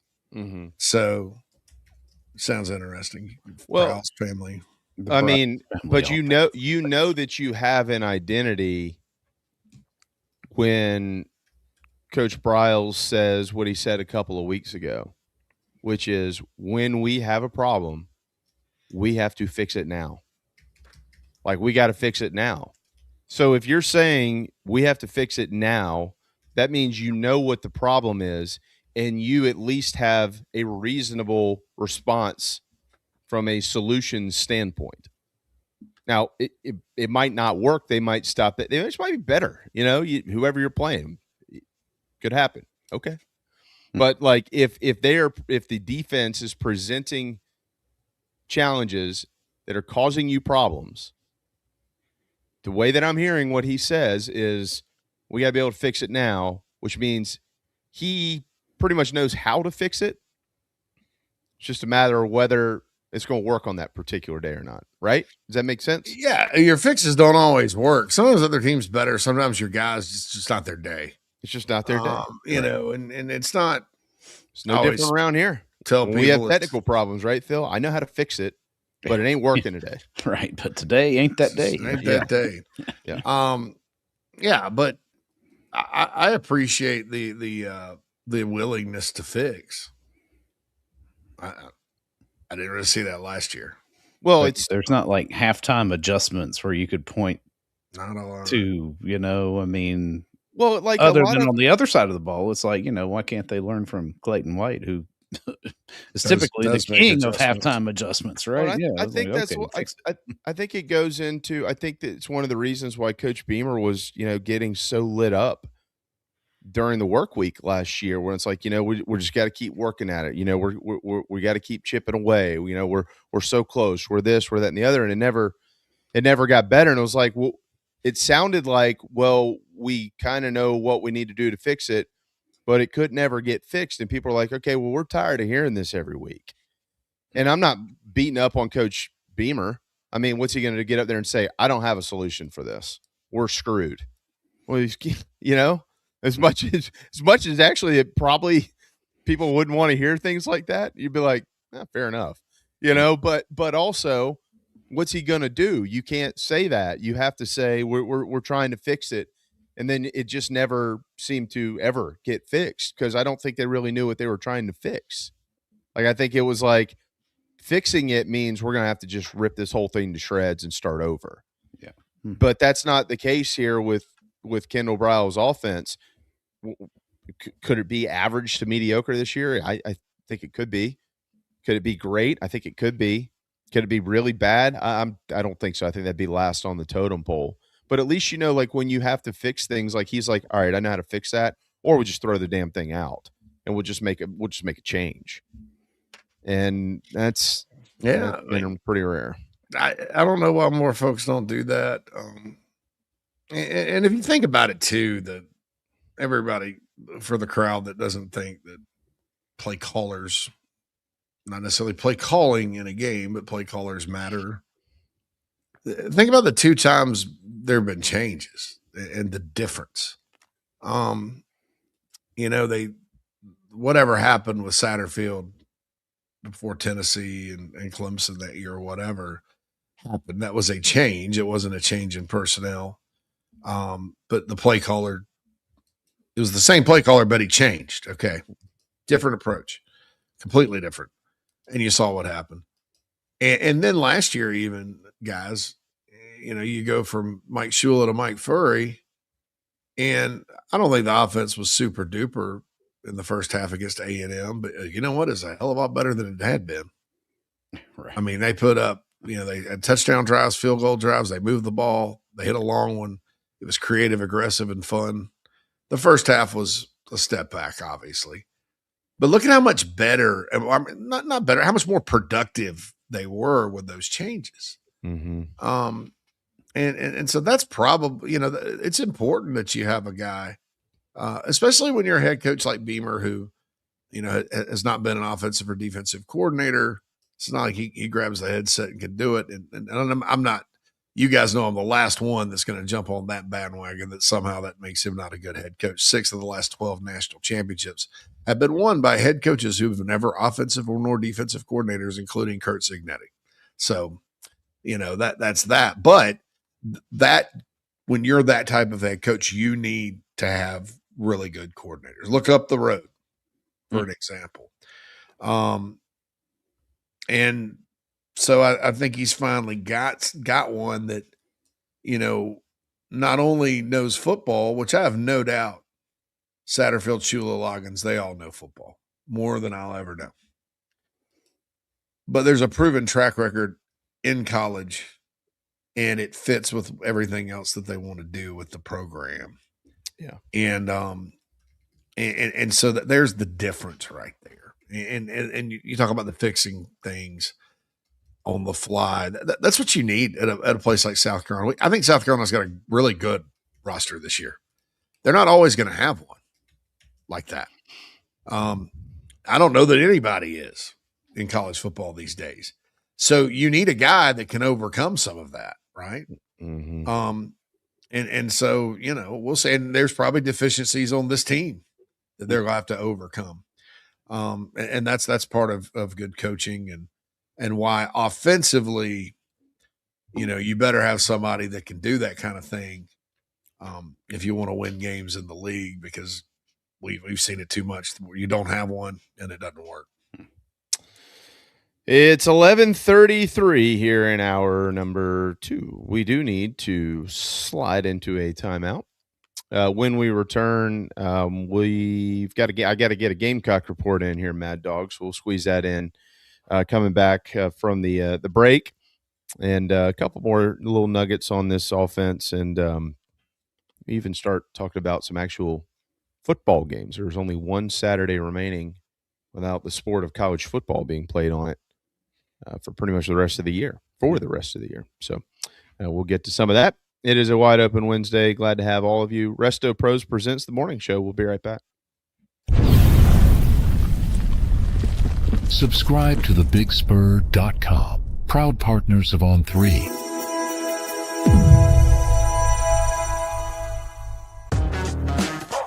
Gamecock Traditions is your Nike superstore and your home for anything and everything with a South Carolina logo. Visit us in the Midlands and order online at GamecockTraditions.com. Go Gamecocks! Looking for thrills? Then welcome to the South Carolina Education Lottery, where every chance at a win comes with a chance of a whiff. Wait, what? What does she have to be so happy about? Well, quite a bit, Jeff. That face right there, that's a face that says fun. But when the game stops being fun and that face goes away, it might be time to take a break. Okay, that makes sense. Thanks. Mystery voice? No problem, Jeff. Playing for fun makes you a better player, and a better player is a better you. In Gamecock Country, home truly means more. And whether you're buying or selling a home, Renee Fryer brings local market expertise and personal care to every move because it means more. Mike here for Renee Fryer with Home Advantage Realty. No matter where you are in the state of South Carolina, she will make sure you have the advantage on your side. That's Home Advantage Realty, and that's Renee Fryer, always an easy phone call away. 803-271-4777. Make sure you have the home field advantage with Renee Fryer of Home Advantage Realty. Whether it's fireside or poolside, if it's time to watch the Gamecocks, Palm Casual will make your outdoor space the best it can be. Visit palmcasual.com and come see us at one of our South Carolina locations. Go Gamecocks!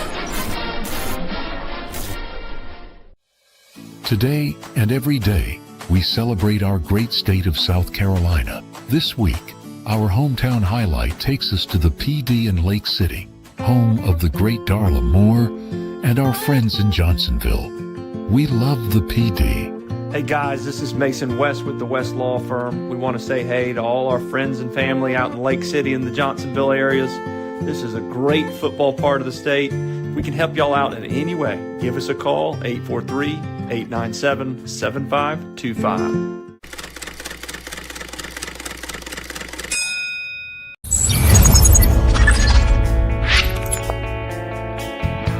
This is Inside the Gamecocks, part of the Chiefs Sports Network. It's time for Carolina football, presented by Palm Casual Outdoor Patio Furniture. When I wake to find the solace of all we've become, I can't wait to make the promises that I've been leery of. Take me down, let me see how I'll be there in the morning.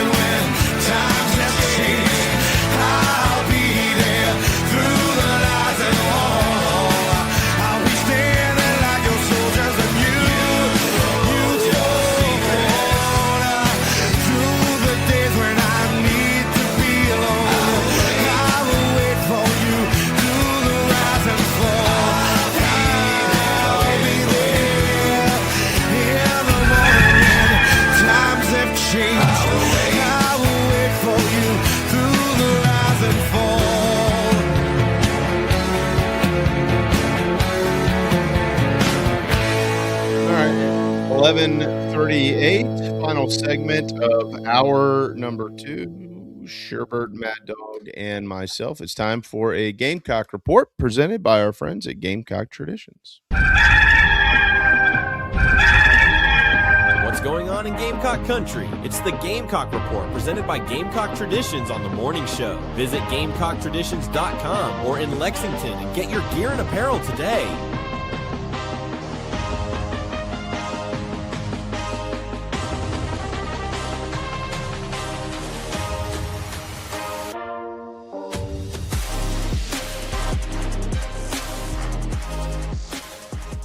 All right, here we go. 11:38. It is, I mean, right now, literally in this moment, they are wrapping up practice.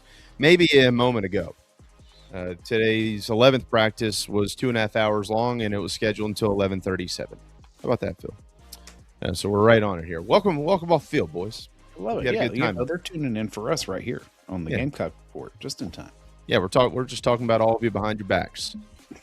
Hope it went well. Hope everybody's healthy. Dylan Stewart has not been healthy, but that hasn't kept him from plenty of preseason accolades. He is a first teamer, according to the AP, alongside Texas Colin Simmons. Those are the edge selections. That was announced yesterday.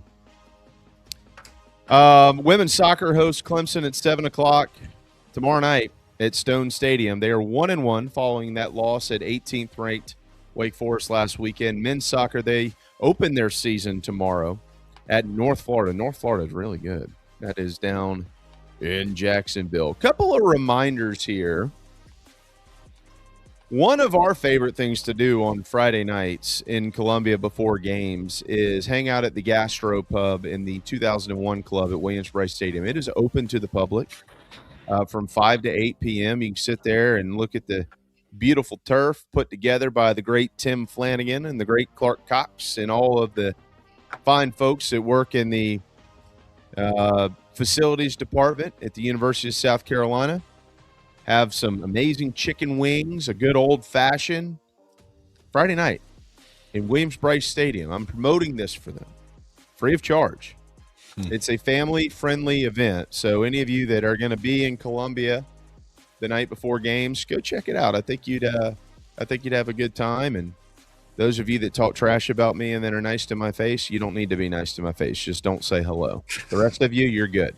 Haters gonna hate. That's right. You know?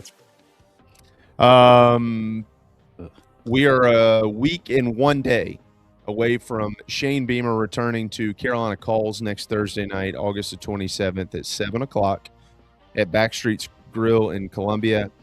Have either of you eaten at Backstreet's? No, out of curiosity, I have not. I every time I will at some point. It's fantastic. Their food is fantastic. It's a great setup. I mean, not just for Carolina Calls. I mean, just in general, we just like to go eat there. It's just a wonderful place. It's in the Vista, right? No. It's just outside of 5 Points. Oh. You should get on your little scooter and go check it out. Do they have scooters in Columbia now? That's not a good thing for me. Well, I can get you one from Electric Bikes in Charleston. At bike, I'd probably be a bit more confident. I've always been a good, confident bike rider. Well, you know, at least, you know, if you wreck it, I know who could fix it for you. Yeah, that's true. That's true. And that's it. That's all we got on the Gamecock Report presented by Gamecock Traditions. GamecockTraditions.com. GamecockTraditions.com.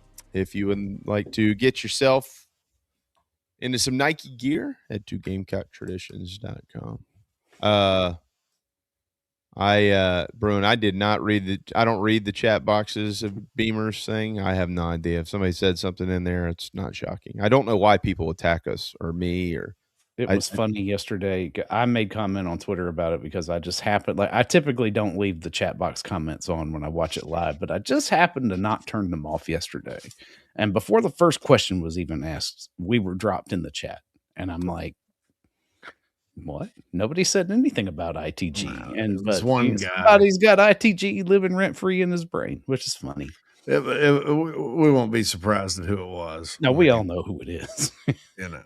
But then he started getting other people in on it, and by the time, we were about 3/4 of the way through the press conference, we're arguing over who it was that, we were backing, as if we were really backing somebody specifically for the baseball job. So, all right. So I'm just going to say something about this. Because this is bullshit. Right.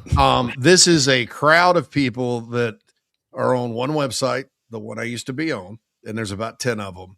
Crazy. And then a crowd of people, morons on Twitter, and then the people that jump on YouTube that continuously sit here and talk about Jamie like he's like the Monty Lee fan club president, and that he sat here and pushed him for the job and was just like some, I mean, and look, you don't know what you're talking about.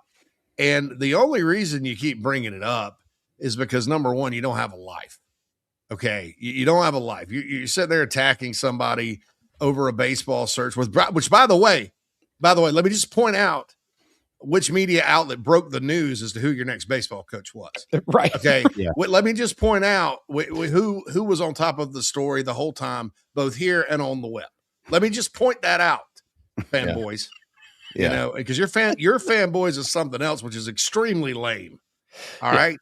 I'm sick of seeing this. These 10 people, and John Edward isn't even one of them. We have problems with him in another way. These 10 people are losers.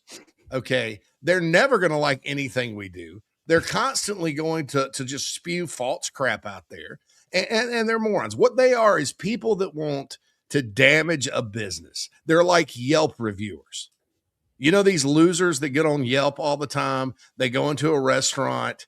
Maybe the waiter didn't refill their water one time because they were busy, or they got an order wrong, or maybe it was perfectly fine and they're just picky and petty, and they like this little power that this thing called the internet gives them, right? Yeah. Because their lives are not important enough in real life to feel important. That's a Yelp reviewer, and that's this crowd. Okay. And guess what? You're not winning. Your lies are not winning, and they never are. And I've dealt with people like this small crowd of people. They're not even Gamecock fans, really. They just, because they don't know anything about it. They can't talk intelligently about it. They just take shots at people all day, that do. I've dealt with that little crowd my entire career, and I'm still here, and JB's still here, and Monty Lee's coaching at Charleston and thriving, and Phil's still here, and we're growing. And it's the last thing I'm going to say about this. The season's about to start, but before we do, I am sick to death of this false narrative people keep putting out there about Monty Lee and Jamie Bradford. It's a lie. It's a lie. What do you want us to do? We have the interim head coach on every week. So people have problems with that. What are we supposed to do? Right. We cover the team. We can't help that they're losing. He's nice enough to come on with us. Who should have not come on? Him. Right. Right. Yeah. He could have saved himself a lot of heartache. We're in the media business. Why would you not have the interim head coach on? How stupid do you have to be? If we sat here every day and this show was about, hey, here's who we're going to promote today. If we were promotional service or something, okay, well, we'll call you up. Well, guess what? We're getting paid for that, for promoting. He would have to have paid us for that. This is not promotion. He was the interim head coach. What do you want us to do? What do you want us to do? Just say, oh, no, sorry, coach. Loser. No, we would never. We don't do that to anybody. Lamont Paris was finished last in the SEC. Guess we had him on at the beginning of the year, and we loved it. And we invited him on multiple times after. 95% of the fan base understands that. The 5%, though, I just want to say before we start this season, you're a bunch of losers. I don't need your business. I don't care if you sit there and Yelp review me to death. We're still here. We're thriving. Go to whatever outlet or message board or YouTube channel you prefer and talk your smack, because you're the one that obviously has no life. I'm just beyond. I've held my tongue and read this and read this and read this. Anybody that sits there and goes after Jamie about the baseball search in Monty Lee is a loser. Yeah. Get over it. It's over. Well, number one, what you're seeing is fantasy land in your head. You've got some problems up there, if that's what you think. Number two, why are you still on this topic? Jamie must be doing something really good. You know, because guess who else gets that kind of attention? You know, false narratives pushed by people who are successful. If we weren't successful, nobody say anything about it. So right. I would just maybe look in the mirror a little bit if I were some of you folks out there, and the 5 or 10 of you. Because again, and I apologize, the rest of you have to hear this, but you know, it's kind of like when you're sitting there trying to watch the kids on the playground and you got a group over there, you know, eating boogers and eating dog poo off the ground. Sometimes you just got to say, hey, look, man, that's probably not healthy for you. So that's my message, booger eaters and poop eaters. Like my friend Joel's beagle used to eat his own poop. That's what you're doing right now. So out of my care and my love for humanity and my fellow man, I'm telling you that what you're engaging in when you continue to do this is loser behavior. And I'm done with it. And if it just involved me, I probably wouldn't say anything. But I'm sick of reading this crap about Jamie. It's false. It's stupid. It's insane. And guess how much information on the coaching search Jamie would have gotten had he been pushing one guy? None. Once his one guy was out of it, there goes Bradford. Down goes Bradford, right? That's what a lot of people are. What was the reality of it? The opposite. So really understand what you're doing. Understand how foolish you look. I'm not addressing these people anymore. It's football season, but I just wanted to stand up for Jamie right there. I am totally going to figure out how to submit us as a reviewable Yelp company. Yes. We will start. I'll tell you what. We're going to start an ITG Yelp page. Okay. And please, all of you go to the Yelp page, Karen and what's the Kevin and I know some Kevins, but go on Karen and do that and leave all your complaints there. You can write your fantastical Fantasyland pieces from the Neverworld and you know, praise everybody else and try to attempt to try to diminish us. You can sit there. The one guy out there that every time Jamie tweeted something when we first started the site that was just like false, copy and info, all that we ended up having to block because you are basically a Yelp reviewer. I think you live in Charleston from what I've seen. So hopefully I never run into you. You know, that guy, you're a loser too. You know, and I've never understood that. You know, you're supposed to be a Gamecock fan. We cover the Gamecocks. If you don't care for what we do, don't listen. Don't subscribe. You know, why are you on the attack over a legitimate business? I mean, I just want to let you know it's not going to work. And again, out of my care for my fellow man and humanity, I would strongly suggest that you stop eating boogers, you stop eating poop, and you find a better thing to do with your time, children. Yeah, it was that was well, thank you, first of all. It was tough. The fact that people just say whatever they want to say, and I was just tired of it, man. I mean, I know you're not going to sit there and say anything, but I've been known to. Yeah, it was. I can only take so much, and then I didn't know what Phil was talking about yesterday because I don't look at the YouTube. They do it on the Beamer press conference. I normally just turn it off because I've seen it before. I mean, it happens. I don't ever look at it. Yeah, and Maybe typically I don't know why I left it on, but and then I saw that little image pop up. I was like, oh yeah, you know he's here. He's always here. And I'm like, wait a minute, why is he talking about us? John Edward is really not. He's not like the problem though. I mean, no. He's just not, how he is. He just started it up in the comments yesterday. You know? But that's what he does. He says the most inappropriate thing. Yeah, but then the folks that you're talking about were those other little fans. You know, they were in it. They're like, yeah, well, blah blah blah blah blah, and I'm like, and I didn't say anything because I'm like, there's no. I mean, I'm not getting into this. You know, I'll make an anonymous comment on Twitter later just because it's. Oh yeah, it was a great tweet. I know. Like, I try not to look at stuff like that. Like I don't go back to the other message board and read that. I don't do anything like that. But it's you know because it throws me off. But and it's not about me. You know, people say anything about me they won't. I've been doing this 20 years. And I'm fine. It's just but Bradford doing that to Brad and really the lie, the mendacity. Let me use a word there. The mendacity that these people approach it with. You know. they're the reason. They're the reason that, there's all these little groups of people collectively, not just what we have to deal with, but everybody. Those 5 turn into millions, and all of a sudden our society's dumb as hell. This type of behavior.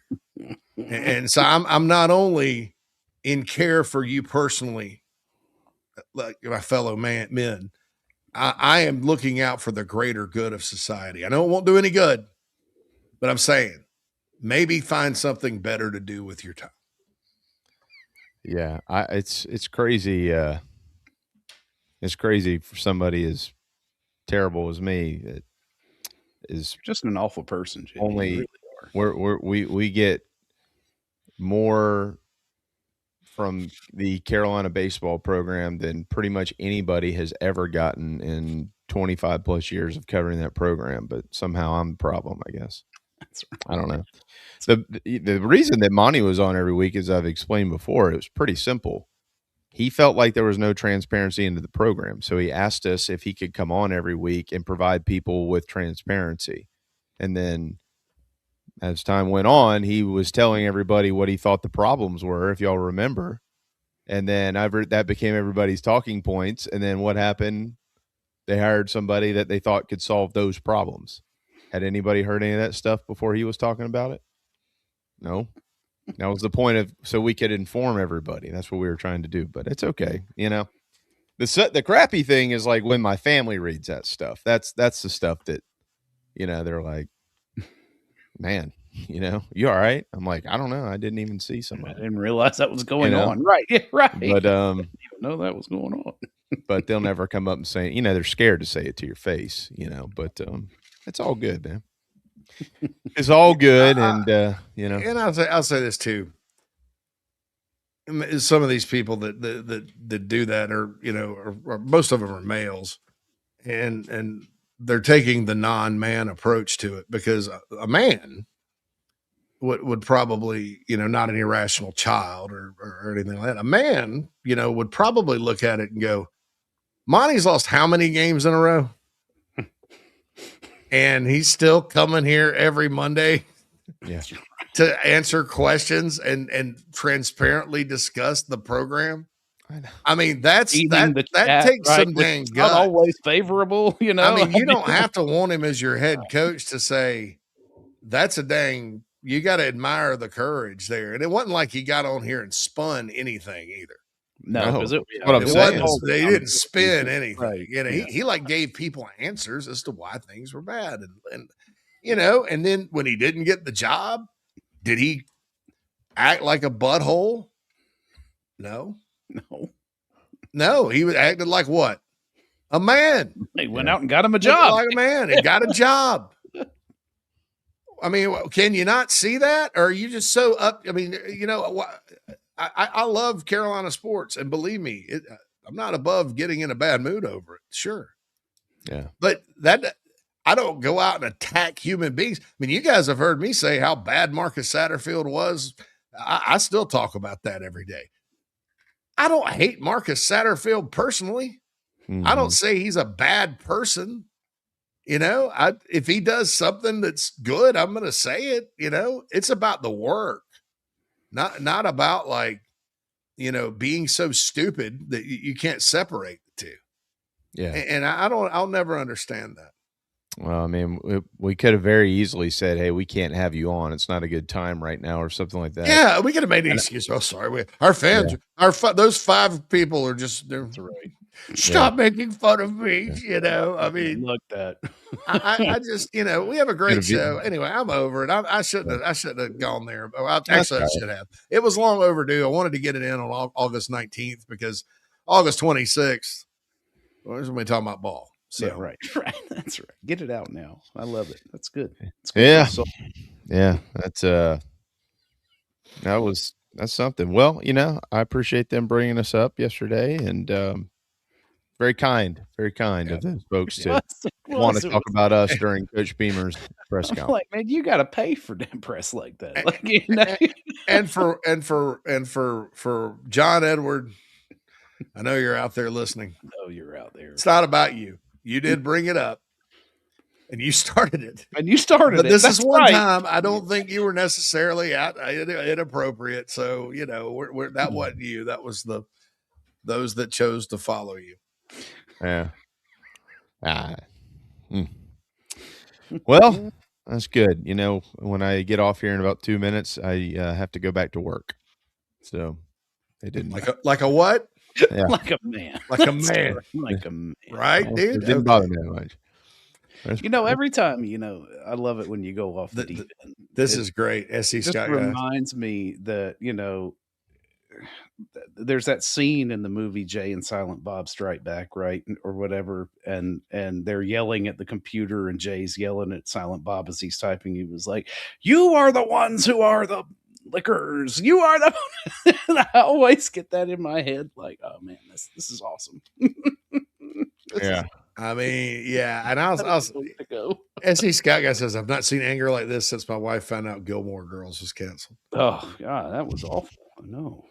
But hey, reruns before the Clemson game. Yeah, before the Clemson game. Reruns before the Clemson game. Honestly, like South Carolina, they probably need to turn that chat off anyways. Like you don't need it. Oh, I've seen coaches just get like Beamer, like last year. Like if he had read that, because Shane's gonna. Yeah, it's a good That's thing. probably how Shane and I are a little bit alike. Right? Eventually we'll read something and address it, right? But I wouldn't read it. But you were right about the family thing too. I mean, these coaches have families too, and there's a line that people on the internet cross. It used to be the drunk up there, on Saturdays. Yeah, you're the bum. I might get bye. Brad Scott, man, can't they catch up? Brr, beep, and then he'd be out. Doctor number 14. Doctor number 14. Please report to East Lower. Right. I mean, you'd be done with him. So, or somebody write a strongly worded letter to the state newspaper, and of course they would print it. Mm-hmm. Yeah. Well, I mean, but you didn't have to deal with this. I mean, and now it's like it's all over the place. And then sometimes these things get out of control. I mean, I had somebody call my cell phone after we moved the site. They were that mad over a website moving. That I can't. Left me a threatening voicemail from an anonymous number. What's that not like, Phil? It's not like a man. There you go. It's going to be our theme of the day. Man. So anyway. Yeah, that's this. I remember when that happened. That was actually scary because I don't. I mean, really, that's a little too close. It's a business, it's serious business for us, but it's our work. But you start coming after somebody like that, and it's like that kind of crosses some lines. I mean, we all got wives and kids, man. You can't cross that line here. I'm mad at Wendy's right now because they changed the spicy chicken sandwich. If Dave Thomas, rest his soul, were alive and at home, and I happened to find his cell phone on LinkedIn, which I know what this loser did, and I called him. I wouldn't call Dave Thomas and leave a threatening voicemail. Tell him. I simply would not order a spicy chicken sandwich from Wendy's anymore. Mm-hmm. Right? Which I'm not going to do anyway in real life. Devin said, I'm sorry for the voicemail. I was fired up. Yeah. Love you, Devin. Well, oh crap! Since it's you, Devin, that's fine. That's right. Oh well, why didn't you say so, man? Yeah. No, I don't think you'd talk like this. Well, anytime. I sound a little older than your picture, but that's I don't know, man. We do have a number you can call. I mean, you can call because Phil screens that. And I said, don't play anything. It's gonna piss me off. Don't play because I'll have a bad show. So anyway, yeah, it's. I guess one guy thought Beamer answered questions from the YouTube chat. He does not. No, he does not. He doesn't even see it. Yeah, he does not. And I don't think you can see the live chat replay. That is one thing that the university does is they will not play the live chat replay on the video afterwards, which is smart because then, it was like, that just looks dumb. Yeah. Debbie Smitty said, he's been told off in that chat because he spoke good of Shane. Who goes to the Shane Beamer YouTube stream angry to talk smack about the head coach. Well, that was it. Yeah, that was, For anybody. That's what sets off that dude, man. He's like, they Like, get what mad was- at me because I tell the truth and they're sunshine pumpers. I'm like, oh God, here we go. What was your goal there? What was? That's it. You wait until 1 o'clock on Tuesday to get into the chat on YouTube and yell about the head coach and the people who cover it. I wonder they realize too. Most of these now, I guess the chat on YouTube will be the one place you can still get FaceTime because, like the people on Twitter, I don't think they understand quite that Twitter is now. It's not like it used to be where it's just, you see everything. Right. It's all on an algorithm. Yeah. So you can say what I mean. You got some people. I'll see this comment, wildly inappropriate comment about something that just crosses all kinds of lines. I'll go, who is this? Normally, there's a common thread. They're usually political and extreme on one side or the other. They're usually a little bit racist or prejudiced.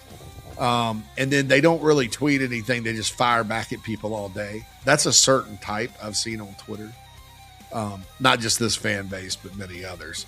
And I think they believe, like wrongly, that everybody's seeing this. But it's not. It's like, take your ass to Batcave, North Carolina. Go into the actual Batcave. Just and start yelling. Say what you got to say. Because that's exactly how many people, I guess I read it, but I'll be like the park ranger. I don't even know if there's an actual Batcave in Batcave, North Carolina. It's past the sign on the way to Asheville. And that's how many people are listening to you or reading what you got to say. Maybe, again, quit eating the poop and boogers. Find another use of your time. Lay off the poop and boogers. I'm actually proud of myself. You ever guys never notice when I get on a roll like that? Like when I'm angry, like not angry, but fired up about something like that? I don't go off track. No. I do with other topics. A myopic focus. It really is. I mean, it's impressive. Yeah. It truly is. I do callbacks. It's great. Yeah, right. You'd have thought I wrote that before I came on. Yeah. Right. Just kidding. Well, thanks for telling us about it, Phil. I didn't know anything about it. Or who somebody else told us. Somebody in our. I guess I need to look over there and look. Somebody. I saw the initials in the chat there because he just is like I mean, he occupies rent-free space in people's heads, which is funny, but it's not necessarily rent-free. It's because, at any given moment, if you're out in public, we're on a public chat, he just drop in and start saying stupid crap. But I don't know how it came up. We can just eliminate the chat box. How's that sound? Again, I'm surprised they leave it open for that. Nobody's watching it, and they do turn it off for the replay, but yeah, they shouldn't have that on. No, they really shouldn't. It's not serving any purpose. I mean, literally, we hijacked the chat, and it wasn't even us. Yeah, they need to probably not happen. I wouldn't do it, but that's just me. Like I said, man, I think I got 2 little girls at home, and I don't want them growing up thinking that their dad is some animal based on 20 people who don't agree with me, so they make it personal or something like that. But I got plenty of other family that's seen it, and they're like, what's wrong with these people? I don't know if anybody knows. So that's that. All right, well, on that note, I'm just gonna go to work.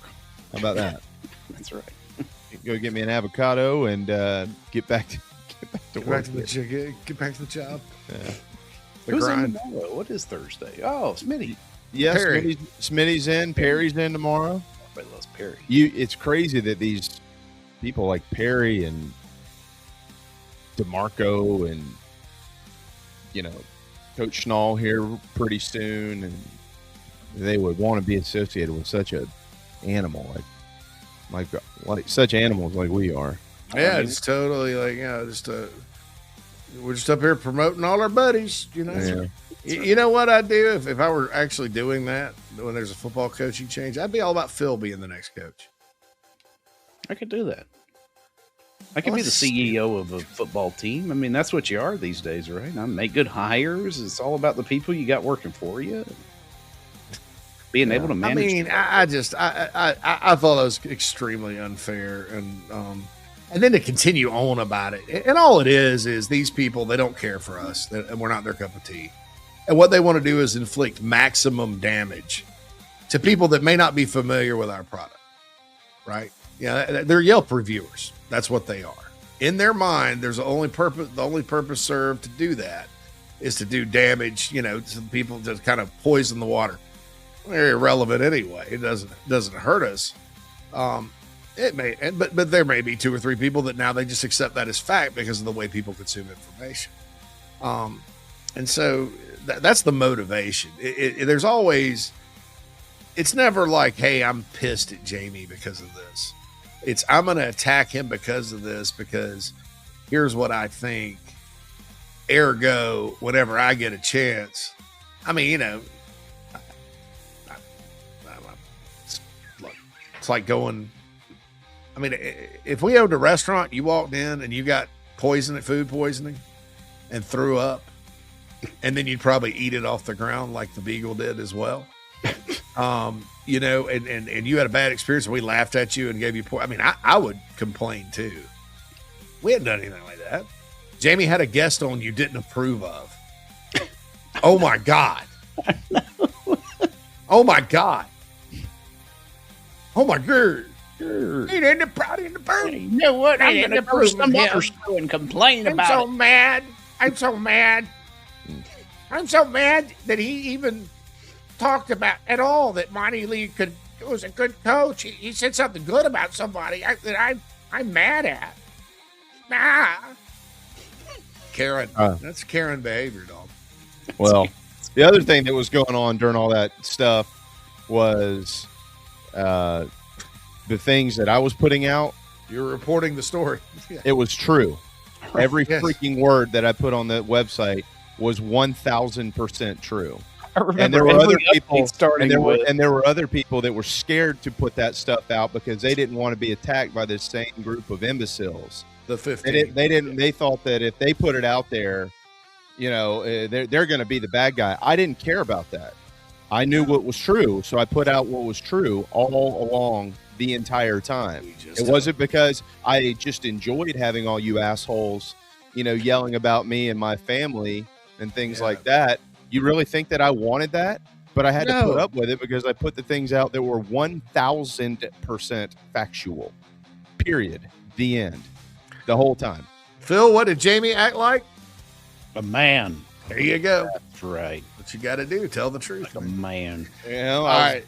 And every one of those damn updates said that the guy that's got the job now was the leader in the clubhouse. I might never wait. The first update ever on the BigSpur.com 3.0 from Jamie Bradford was the leader in the clubhouse is Kevin Stahl. Only day Monty Lee was told he wasn't getting the job and got let go. The report from Jamie Bradford was the leader in the clubhouse. All signs are pointing towards Kevin Stahl. Then we factually reported. Scott Forbes has entered the chat. That was real too. And then when Schnall actually got the job, we also reported that. Well, I didn't even say anything about us breaking that story, but we did. Yeah. So had we just been like this promotional service for a preferred candidate, why would we have been privy to who got the job? Well, and there was a lot of people, they just didn't want Coach to get the job. And so when we continued to report that he was in the mix for the job, we were the bad guys. Yeah. I wasn't doing the hiring. I'm just telling you who's in the mix for the job.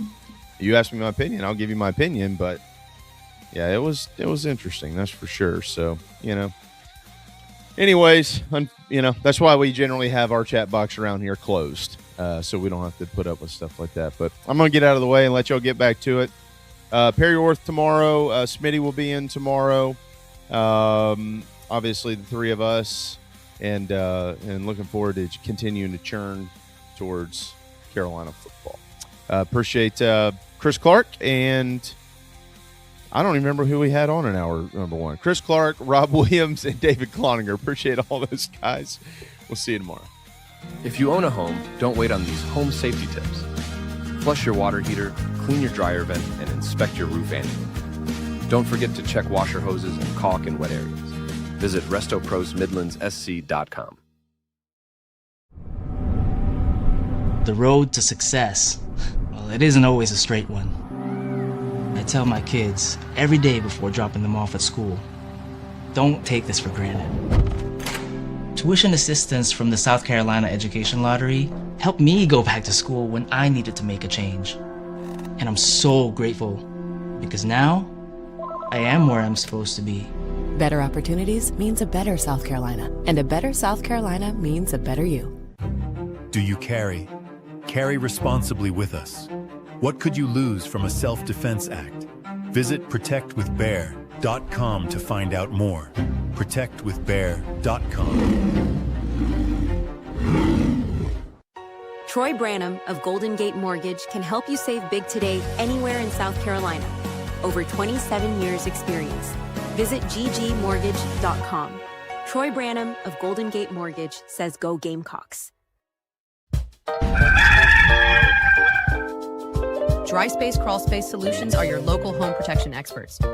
Crawl space encapsulation, sump pump and drain installs, humidity control, duct cleaning, basement waterproofing, concrete leveling, and French drains. We do it all. Visit dryspacecs.com. dryspacecs.com. Go Gamecocks.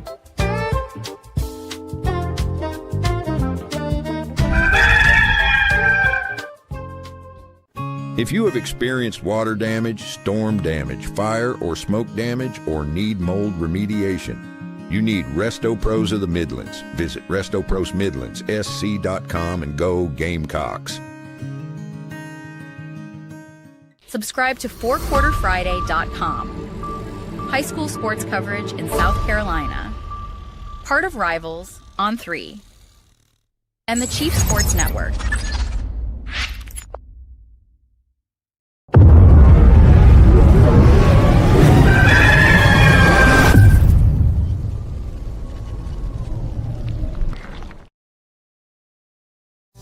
Clowns are people too. Clowns are people too. Now I own some tiny horns and got me those red shoes. I don't know much, but know one thing that's true. If you don't know anything, just know that clowns are people too.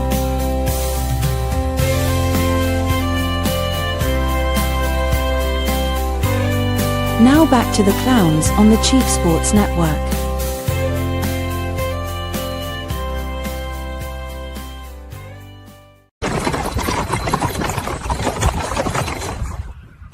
This seems about right. And I'm searching for a rainbow. And if the wind never shows me where to go, you'll be waiting at the end, and I'll know I'll see the hill with that pot of gold. I'll see the hill with that pot of gold.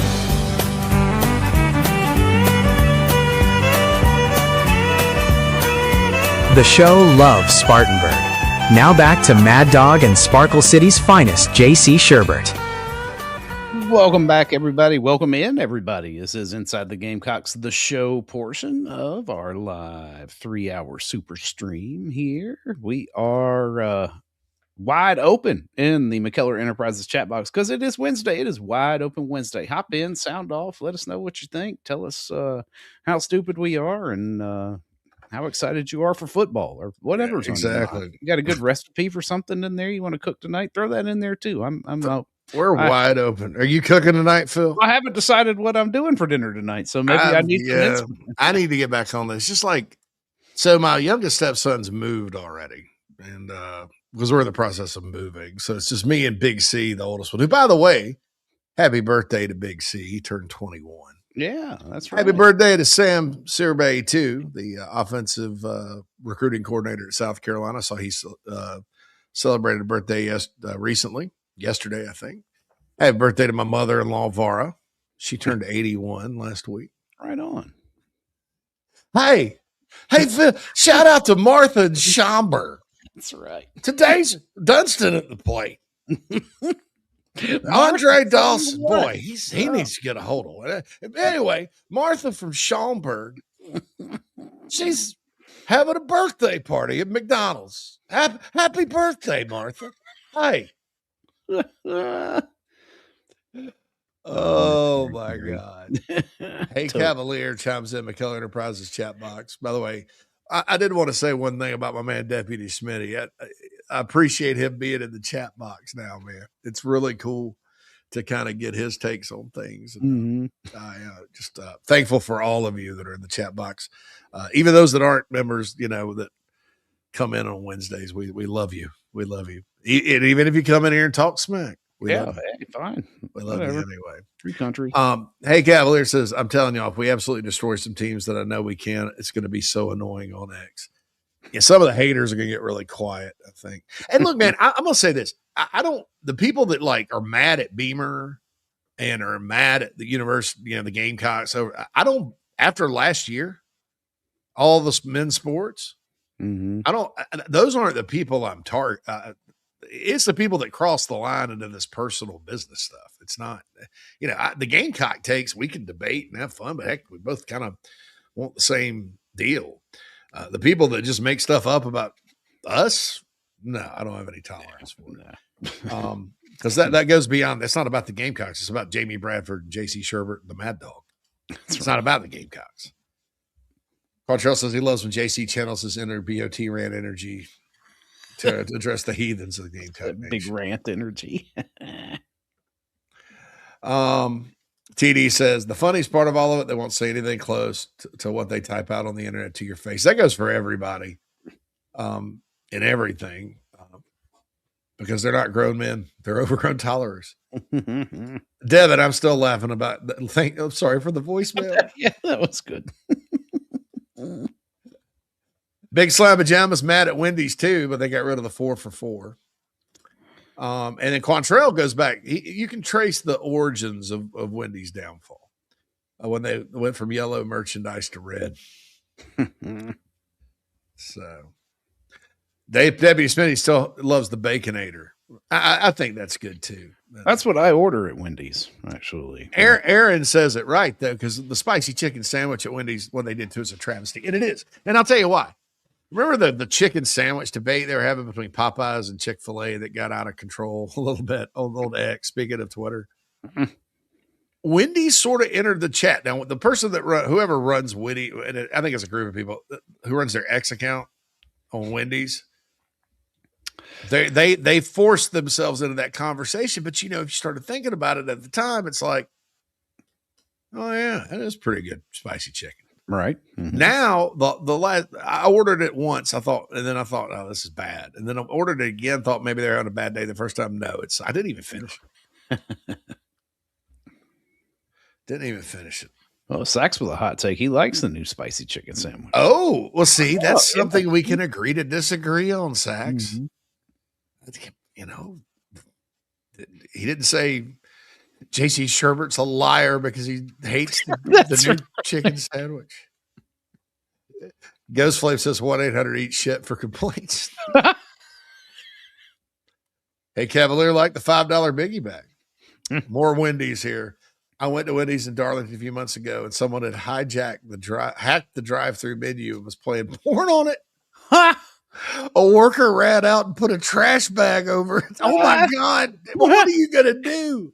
You got to be careful with Scout Guy. He might have had kids in the car, man. He's always working. I know. Scout Guy's got children. It's a Wendy's in Darlington. The one, the one retinue. I'll just call him the one, right? Yeah, that's right. Looks like a. I think I read that word at IKEA when I went there the other day. It's Swedish.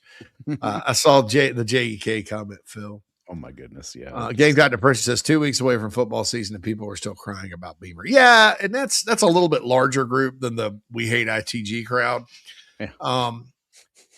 A lot of them feel like Beamer should have been fired. And I get it because a lot of fans, that's the answer to everything. And I'll be honest, coaching changes are fun.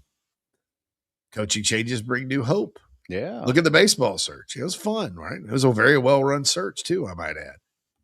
And I think that in the past, an SEC coach that maybe has 2 losing seasons in 3 years would get fired. Just bottom line. I think when you combine that with what happened in basketball, 2 straight years, and then Maneri, who probably wasn't getting fired after 1 year, but you could have made a case for it. People kind of, they're not really looking at like who's on the football team, who did he bring in, all that. They're just focusing on the head coach, which is fine. A lot of people do that. A lot of people do that. And at the school, when there's been success with head coaches, you've had these larger than life, sort of untouchable Steve Spurrier, Lou Holtz, Frank McGuire type people, and so it's human nature to gravitate towards us. That's a very small percentage of the fan. I think most of the fans are either like wait and see mode, which we all sort of are, or they're like, hey, this could be a pretty good team. I don't see anybody singing from the mountaintops, the hills are alive with the sound of Gamecocks yet. I do think a lot of people see the potential in it. A lot of people don't. And that's fine too. But, it's crazy. X-Man says it's ridiculous. People will be in the Shane Beamer chat saying stuff like, just don't lose. It won't turn out good for you. Like they're going to do it, like what are you going to do, anonymous YouTube loser? I'm going to get in here and lose my mind. I'm going to get really mad. Cockweed, it was Jeff Cars. That guy sent me an email one day you would not believe. That's all I've got to say about that. I couldn't believe it. I could not believe it. But that's okay. I don't know what he's going through and why he tweets what he tweets. So this is a big slab of Java. They ain't going to listen to what I got to say. The thing is that these aren't good old boys. I do that little Southern accent. Oh man, they're not. Most of these people are not people that talk like that. No. These are they talk like incels.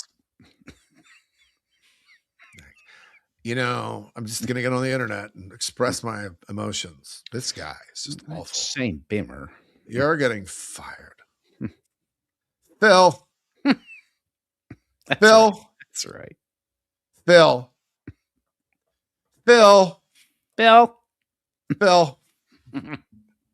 I don't like that Phil. They don't have the chat on. They turned the chat off. Turn the what a chat bunch off. of losers. What am I I going guess to I'll do just now? have to go write a Yelp review.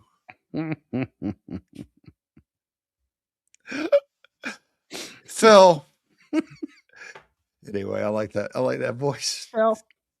Seeing Garnet 1990, I bet one of them was the guy I got into it on X who didn't like facts, showing him Monty's offenses are actually pretty good, 23 and 24. Yeah. I didn't want to hear that either. Those were facts that were well reported. And I never got into a debate with anybody about that, but I think, and I'll show those people a little bit of grace. It's like offensive coordinator comes to their mind, hitting coach, and it's not the same thing, depending on who the head coach is, and clearly there was a philosophical difference between, but also like in football, when in baseball, when you want to do a certain thing and you work all off season on it, it's hard to kind of turn that ship around. Yeah. I'm not excusing anything. I'm not saying, I'll just say, I think South Carolina most likely hired the right guy for the job. It made sense. He's right down the road. He's a winner. He's given it a jolt of energy, Everybody's rallied behind him, around him. They've got money that they've spent well on players. They've got recruiting chops, obviously. And I think the saddest thing about the end of the Maneri, whatever, was the crowd at Founders Park. That was the saddest thing. Yeah. And, I've seen people out there getting on the fan. Well, y'all didn't even show up. Why'd you care? Well, that wasn't going to help. No. Right. Yeah. And I understand expressing your displeasure, and I understand not going because, nobody sits there and watches. some people are suckers for sad movies, right, Phil?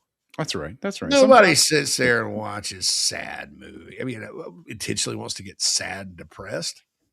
Sad movies are only 2 hours long, JC. This is a 3 to sometimes 4 hour affair, right? That's just misery. It's also like watching a sad movie about a loved one over and over. Right, exactly. Because it's something you love. And I wouldn't watch it either. Mm-mm. But the best thing about the new baseball hire, outside of the fact they probably have a pretty decent competitive team next year, is everybody's coming back to Founders. You know, everybody's going to be back. And that just didn't seem right to me. Oh, Gamecock Depression. We need a JC version of the Feinbaum show. We kind of have that on Wide Open Wednesday. Yeah, Real interactive. Like, I like to be interactive with people. It's probably because of my profession on the websites. TD mentioned JEK. SC Scout says, I need to look at this chat during Shane's press conferences now. We need to go to war with this person. It's not one person, though. No, JEK started it, right? Mm-hmm. And it was really benign, actually. To a point, yeah. I mean, just just spewing off like those guys hate me. I'm like, okay, whatever. Yeah. And what's funny though is like it'll start to cause waves. He's got like half the people in there blocked. Like it even has Hope blocked. I mean, how do you block Hope? What is that doing? What is that doing for you, right? And then and then there are people in there that were on our side, and it's like it's just funny to watch it all unfold. And then just we're in a football press conference and we're arguing about a baseball decision that was made 3 months ago. Yeah, that somebody had factually reported on, and then had the interim head coach on as the season played out. With zero respect for the fact the interim head coach was losing a lot more than he'd ever had in his life. Mm-hmm. The team was dead. There was nothing anybody could do about it. And he sat there and answered questions and talked about the team. And I think provided a lot of good insight, knowing he wasn't going to get the job. He wasn't on the air campaigning for the job. It would have been a different story had he been. Right. Right. Mm-hmm. And did Jamie sit there and clap like a baby seal? Yay, Monty. I was really hope so. This would be something that could open you up for criticism. If Monty Lee had come on and Jamie was like, "Oh, Monty, hey, are you going to get the job? Because if they don't hire you, I just think it's an awful move." And oh my God, and he said all that. I mean, I think Monty Lee would have been like, "Man, calm down." Jamie Bremer never came close to saying anything like that. No, I know. It's just these people get fantasy thoughts in their head. And it's weird, Phil, because it's like the thought of somebody getting a job that they don't want to get the job makes them so angry and causes them such anxiety. You have to kind of wonder, that they lash out like that. You have to kind of wonder what these people are made out of. Well, sports are supposed to be fun. It's good to be passionate about it. Mm-hmm. But if you're that passionate, or you because of what's in your head, in your imagination. Yeah. Right. Makes me wonder if these people even played sports. I mean, not even at high levels. Like just, there's my man, Marion, who has been with us from day one. I've been listening to JB since he and Darren had the show. We'll continue to always. The info he knows and speaks, I will take to the bank. Keep up the good work. He's like, I'm glad you know all the important folks. You can bring them on. Yeah, that's pretty good. I mean, that's one way of looking at it. The right way. X-Man wants you to split your coaching paycheck with me, Phil. I think he will. Yeah, I told me. Yeah, listen. Yeah, Justin Hall representation. See, here's Justin Hall. He may disagree. That's right. I think y'all are tremendous. Big Slam and Gemma said, if you're looking for hot takes and shock jocks, this show ain't for you. No, not typically. Not really. Craig said, if y'all were Richard heads, I can understand it. We're not. Yeah, Craig's hung out with us in real life. We're actually a lot of fun. Yeah, that's right. Yeah, that's right. Yeah. So Luke says, live at peace with everyone. Bible 101. Yeah. And I am. I don't, I was, like I said, I was standing up for Jamie. It has nothing to do with me. I take shots all the time. I got accused wrongfully of, they acted like I stole, like when we took the name of the message board. That's right. Named after a guy that died the night before Muschamp, his first game, right? Plato. Legendary and Gamecock. So we named the message board after it. Plano's PPG, Palmetto Proving Grounds on the old Big Spur.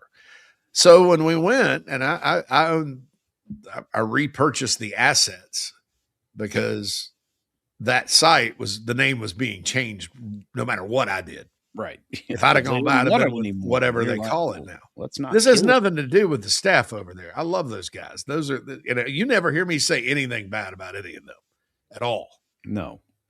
And so I went and then you'd have thought I stole Elvis's grave from Graceland, hauled it to Nashville, set it up at the Opryland Hotel, and was charging people $16 a head to go get a look at Elvis's grave. And I took his bones with him and Lisa Marie and everybody else.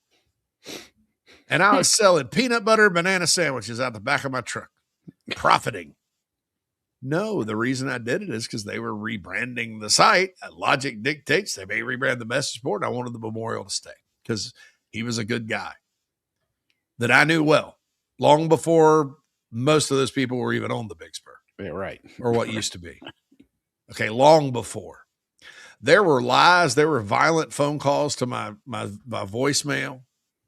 There was like people on Twitter acting like I just destroyed, like I was doing, like that's the picture they were painting. Okay. That I had taken a memorial down. You don't do that. Okay. Sure. And I renamed it over there. And so I kept the name. So what I ended up doing was just changing the name of that board. And then we ended up going on one big board, the Insiders Forum anyway. It was not the only significance to me of a message board name was that it was a memorial. So it meant something to me. Mm-hmm. And it's like, and then people, the other lie that got out there was that I'd somehow sold it and made money on it. I know. Yeah. No, I still own it, I wouldn't, and then the other lie out there was that Plano, who we named it after, never even was on Gamecock Central. And this was a huge lie. No. Plano started the Fighting Gamecocks Forum, which is still on what site, Phil? That would be Gamecock Central. And he's probably looking down from heaven laughing right now. Right. This is, and probably flattered this has caused that. But the people that were complaining about it never knew the guy.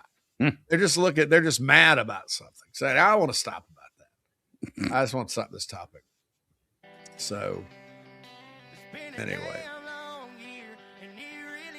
Sax Roboto says, I come to listen to Gamecock football. This is just a bitch session. Yeah, we'll get back to football. Let's just ignore football. We'll just keep going. I'm going to do all this. James Kendall said he took the Own 3 deal. Thank you. Yeah, man. Welcome, James. Welcome in. All right. Ethan said, here's a good question. Who's the most famous sibling or parent of a Gamecock? I know Magic Johnson's sister went to Carolina, Bryce Harper's brother, and the Sharp brothers. If I missed anyone, believe it or not, Shiloh Sanders, Deion's son, I mean, you remember he was at Carolina. Yeah. Did we count that? I mean, Joey Unitas, dude. Joey Unitas was a backup under Holtz. I think Joey Unitas was on the 99 team too, if I'm not mistaken. And they played about 6 quarterbacks. They never played Joey Unitas. Wow. So, on name alone, you figured maybe. No.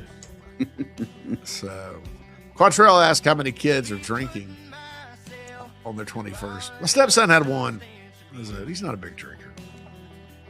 Yeah. So, it's awesome. I'd been drinking for years before I hit 21, so it was just like, we'll just. Krager said there's a comment on coffee more people would watch if it wasn't a ramble session. That's what it's supposed to be. Right. Yeah. And plenty of people watch. It's one of our highest watch things. That's what it's supposed to be. What do you want? I mean, I'm sorry. That's non-negotiable. There are literally people who only watch coffee and don't take on anything else on the channel. And I'll say this too, that person probably's never done anything like this. But I mean, look, in fairness, anything like this that we do, like on air, different people, like it's like music. You like listening and watching listening to different people. It's sometimes it's just like audible. You can't stand people's voice or people communicating there. I'm fine with that. But yeah, it's look, if it's not a 30-minute ramble session, I'm not doing it. It'll just go away.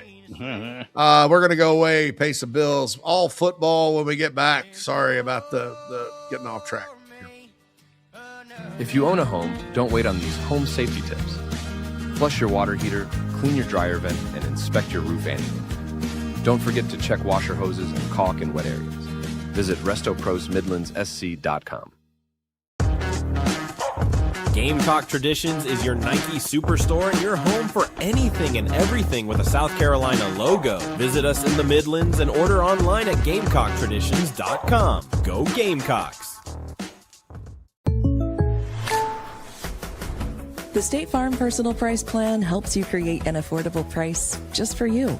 Contact local agent Gary Patterson for your personal price plan today.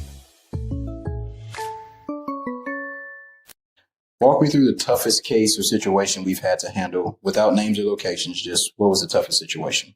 The hardest one was there was an individual that defended themselves in their home and they're still criminally charged. And there was evidence that they were being sought after for something that they weren't technically involved in. And they're being charged criminally because they defended themselves inside of their own home for doing what was right and what we believe at Right to Bear to be a human right. TheBigSpur.com, now part of On3. Join for just $1 today. When you buy and sell your sports and fitness gear at Play It Again Sports, you support a local business. We pay our customers for their quality used sports and fitness gear and resell it, recycling it back into your community. Support local, score savings. Palm Casual Patio Furniture presents our coverage of South Carolina football.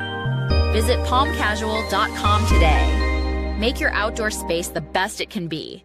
Go Gamecocks. The State Farm Personal Price Plan helps you create an affordable price just for you. Contact local agent Gary Patterson for your personal price plan today. A really common fear in a workman's compensation case is what's going to happen to my job if I report this injury? And my answer to that is you still need to report your injury. I'm dealing directly with the insurance company, and the insurance company is going to treat you like a file number. So let me make sure that doesn't happen to you. Let me get involved in your workman's compensation case.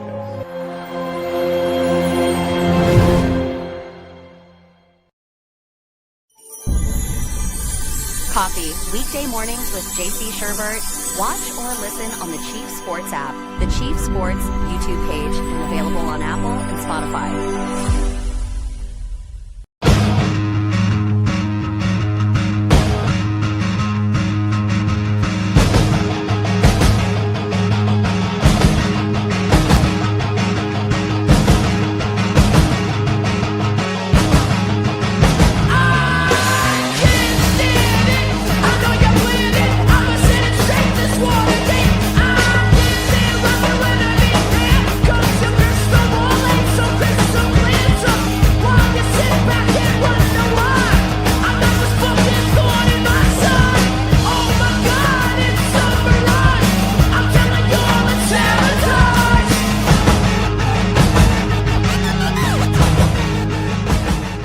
Welcome back, everybody, inside the Gamecocks, the show here, rolling on. Mad Dog, JC, and with you. Look at it, Joe Unitas. All I can find here is that he was a walk-on for South Carolina in '98. Yeah, that's all I can see. I don't know. 98. Yeah, 98. So, yeah. Interesting is there's got to be somebody like some kid of a president or something. Nobody's ever been here. I don't know. I don't either. Interesting. Sir James said I was on fire. Yeah, just, well, let's talk about football. We need to talk about football. Luke says Beamer ball with Kendall Browse gives me hope. I think it gives everybody hope, right? Mm-hmm. So, I think it just makes sense, like with the personnel that they have, to run, to do something this or something similar. I mean, there's other guys out there if they'd have hired that I think would be hope. But I think too, though, because of because everybody knows his name already, and then also he has 3 years of SEC experience. Right. You know, that proven track record in the SEC. If they'd have gone with the guy from Old Dominion, I think Decker was an excellent candidate, right? But you go with him, he hadn't coached in the SEC, no experience, and the minute things go wrong, it's like, oh, this guy from, it's just because that he coached in Old Dominion, So Ethan says, is there pressure on the freshmen now to be played early and to be effective immediately? Seems like teams are relying more and more on freshmen. Beamer will need Irish to step up this year too.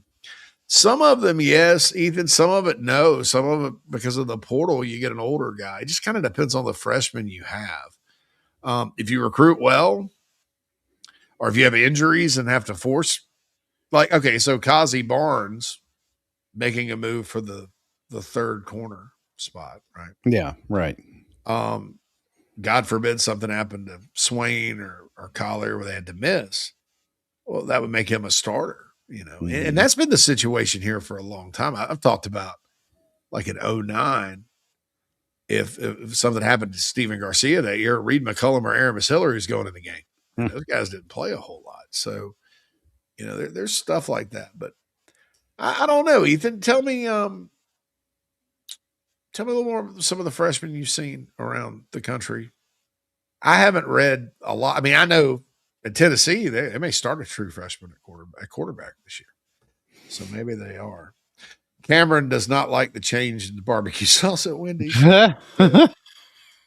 Bobby wants to be a high school baseball coach. Yeah, we'll throw your name in the hat there, Bobby. Bruin says people are blaming Beamer for the injuries because he's practicing too hard. It's not two non-contact injuries like that. Right. I can assure you that's not the case. They practice hard, right? They practice fast. It's a fast-paced, it'll get you in shape. But they're not out. They're like every other school in the country. You don't go beat each other up every single practice. Mm-hmm. There's hitting, there's tackling sessions and stuff. So, TD asked who Carolina would have been able to hire had Beamer been let go. I think you're probably looking at like Bob Chaney from James Madison or Sonny Dykes or Ryan Silverfield. Because you have to keep in mind too, and this, people will say, well, the reason Donati didn't let him go is because Auburn and all these other jobs were open. No, it had nothing to do with it. No. Not to say that Auburn and Florida aren't, most coaches would take those jobs over South Carolina. Just the fact in football right now. That wasn't the case. Donati looked at the roster and said, how do we fix this? And there were two glaring spots that needed to be fixed. Both were coaches, O-line and OC. So, and so he gave him the resource to do it, helped out get Kendall Browse, and away we go. And then money for roster upgrades like everybody else. Right. Yeah. But I think, did I say Bob Chaney? I think it's Bob Chesney. Bob Chesney. Chesney. Yeah. My bad. Bob Chaney. I'm getting old. Yeah. Maybe I'm rambling. The Rambler. I mean, South Carolina can get good coaches. I don't think that's an issue. But they have to fish from the pond where you never know. Right. Yeah. It's more of a dice roll, right? But everybody, a lot of other people do too. I mean, Florida had to, the American Conference. Probably could have got Brian Kelly. Oh my God. Could you imagine? Jeez, no. No, you want to talk about a revolt. But yeah. So I think really that at the end of my money would have been on Bob Chesney from James Madison. And then the narrative would have been, well, the last coach from James Madison to go somewhere. Was, so who knows? All right. That dude. All right, here we go. More stuff. Kendall Browse is going to save Beamer ball. Ghost Flame said the chat was lit while JC was going ham. Yeah. There are many. All right, there we go. All right, so here's the public service announcement, PSA. The loser club, right?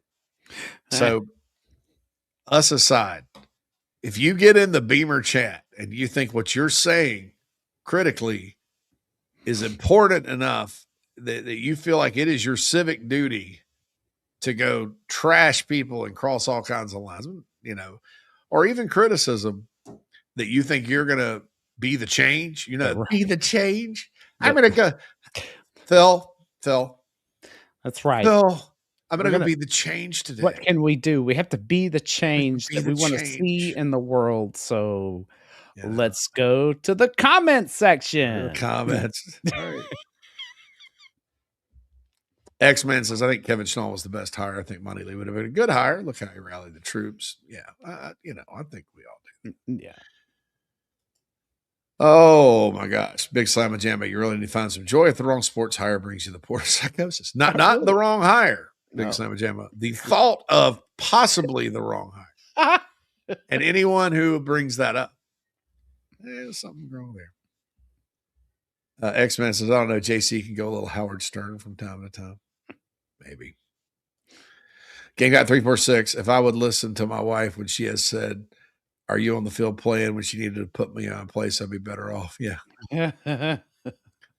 My wife never says that because she's a little more militant than me when it comes to like Notre Dame. Yeah, true. That's right. Very militant. Very militant. Oh, man. Deputy Smitty's got breaking news. I didn't want to wear this. Treaty Oak Revival's touring with Luke Holmes next year. Are you kidding? Man, I got to go. I'm getting, there we go. I told the wife she gets to pick the next concert, though, so I got to start massaging that. Yeah, I got to get that out of the way before that happens for next year. Right. Yeah. Bryce says, I think Julian Walker will end up winning the opposite Dylan Stewart early on, just like Dylan did in 24. Yeah, keep in mind, Dylan didn't start the first game JT Gear did. Yeah. In 24. So it wouldn't surprise me if Addison started. Now, are you talking so you're talking with Stewart, like that he would beat out Caleb Herring and Anthony Addison? I can't rule it out. I don't know if it'll happen as quick because you'd have to be like Dylan Stewart special to do that. And I think maybe Julian Walker is. I think he's a heck of a player. But we'll just have to see. That's a good take, though, Bryce. I don't think it's crazy. Devin says, you guys should raffle off a spot to co-host on a Wednesday. Devin, are you the Cocky Talk, Devin? He said, yes. I haven't matured very much since then. I don't remember Cocky Talk. I went on there a few times, and it was just tough. It was tough for me. It was tough for me. Nobody said anything about me or anything. It's just tough. Mm-hmm. Cockwheat says, I watched 88 Carolina at NC State game on YouTube. Babyface Chris Fowler asked King Dixon about the steroid scandal on the sideline before the game rally. Yeah, that was tough. That was the last kind of good thing that team did. They did beat Navy in the Navy game. Was it a revenge game? I don't know. It was right before Clemson. They beat Navy like 19-8. But that NC State game, was it Patrick Hinton that had a pick six? I remember Todd Ellis threw a touchdown. They beat NC State 23-7 in Raleigh at night on ESPN. And then Florida State came in the next week and obliterated them, and that was that. That was that. So Luke RJ says, were JC and Phil friends in college at South Carolina? What years? Not at South Carolina. Well, you were at South Carolina, and I was your friend at that time. But it actually, my wife is the tie that binds there. Yes. ChatGPT actually referred to her as the first lady of the ITG family. Wow. Yeah. She probably is. Do you know who I am? it's like, well, yeah, you're a teacher for Greenville County Schools. And then, you know, it's like, and it started to tell this is what, we are in the large language model, and it knows that we were all friends 2.5 decades ago. And it knows that. Yes. Now, Chat GPT knows this. Yes. We are in the large language model, my friend. Good Lord. It's listening. Yeah, it knows. So even as a point here, the freshmen that are getting paid, the freshmen that are getting paid millions in NIL money are paying. Yeah. Well, some of them play, some of them don't. It depends on the school. I mean, right. But I think there is pressure to play them. And that's why I think it's dumb to pay unless somebody's rare, like Josh Dobson. Yeah, he does some things that, you know, like I'll tell you who I'd have paid Sequel Patterson. Right. If his recruitment had come down to like everybody in the country, I'd have paid that guy. Because he does stuff you got to be able to do things others can't, in my opinion, to make you worth 7 figures as a freshman. Quantrell Barnes talks about Causey Barnes and Josh Dobson anchoring both corners in 27. Yeah. By the time we're talking about that, if anybody who joins the Big Spur Gamecock Central today, you won't pay again until next time when we're talking about this next year, Quantrell. Pay $30. We'll be arguing over whether it's going to be Cutter Woods and Landon Duckworth and who's going to start at corner. Demetric, yeah, I know. Demetric says the SEC media is killing Carolina about their offense, but Oklahoma was just as bad, maybe worse. I don't think Oklahoma will be as good on offense this year. You know, the thing, so there's 2 things that would give you hope if you're Oklahoma. Number one, Mateer's finger isn't broken. Right. Yeah. Number 2, they put a lot of young offensive linemen last year, and they're all older now. And they have a good offensive. Bill Bedenbaugh. Me and my buddy we don't make fun of him, but he kind of looks like a guy that if he wasn't coaching ball, he'd own a tire store. Bedenbaugh's Tire and Muffin. Come on down to Bill Bedenbaugh's Tire. I'm going to take you up with a pair of white walls. Come on. Service station for a smile. Got an oil change. $49.99. Get 2 Firestone. Demetric. But Oklahoma was they ended up being very pedestrian on offense. Like they got to good enough to win because their defense was so good, and then it got progressively worse, and then this fell apart against Bama in the second half. VJack says, I think because of the man Beamer is and the staff he's composed, it's hard to get rid of him. Families and recruits love him. If he goes, the broken is going to get broken apart. Yeah, and that's what you had to think about last year, as disappointing as it was. And I said this a couple of times. I said, well, to say you want him fired, that means you have come to this is how the AD would think. Right. It is never getting any better under this guy. And the whole thing is going to have to be blown up. Got to blow it up and start over. Baseball, that's where it was at. Yep. And you have to also think there's no fix with this guy leading your program. You know, that's not the case. I never thought it was the case with Shane because there are a lot of things he's done better than most coaches that have been here. You know, and that's valuable. He solved a lot of riddles out of state recruiting, for example. Culture. You guys ever notice under previous coaches, first chance everybody gets to go to the NFL, they do. Most of them don't even get drafted. Nope. You know, and instead you have guys turning down money to go play elsewhere because they love it at South Carolina. I mean, not just anybody can waltz in here and do that, you know, and that's all important. You know, and I think what's been holding them back, honestly, is the offense. I mean, just the plan on offense just hasn't worked. Right. And that's fixable, especially when you know Kendall Browse, because you're Jeremiah Donati, and you can help get him in. TD said, would James Franklin have been interested to come here? Yeah, but by the time they would have made the decision, Franklin would have been at Virginia Tech. I do think had it opened earlier, had there been an opening? Yeah. Absolutely. Absolutely. Marion asked, y'all remember the Rocky Talk site? Cocky Talk. Yeah, I remember Cocky Talk. Quantrell says, JFC, I forgot to tell you, I was listening to Colin Coward pod and he bragged about meeting Kevin Warren and was flabbergasted at 2 random fans booing Warren when they left his suite. He was confused. Man, don't be confused. I mean, people in Chicago are mad. They're moving to Indiana. Right. Yeah. They're real mad up there. And then, you know, Not to mention everywhere else around the country, he tried to single-handedly shut down college football in 2020. We will never forget. Absolutely. Yeah, Mac Lee Green says that was the Shooter Ellis game. Yeah, Ellis tied Ellis to the 6 gun. That was cool. Kreger loves size, 6'6", 255. He wants Stewart and Walker all day long. So, Matt says, how many club chief members are we up to? It's triple figures. Yeah. Plus. Yeah. Bruin says people are popping off about this article about the Lenore Sellers majoring in something. And I heard the question from Hale. It was about like, what are you going to do with your degree? Yeah. About him not having to. I mean, yeah, he's not taking classes. Most seniors, like he's done except an internship. Are these people stupid?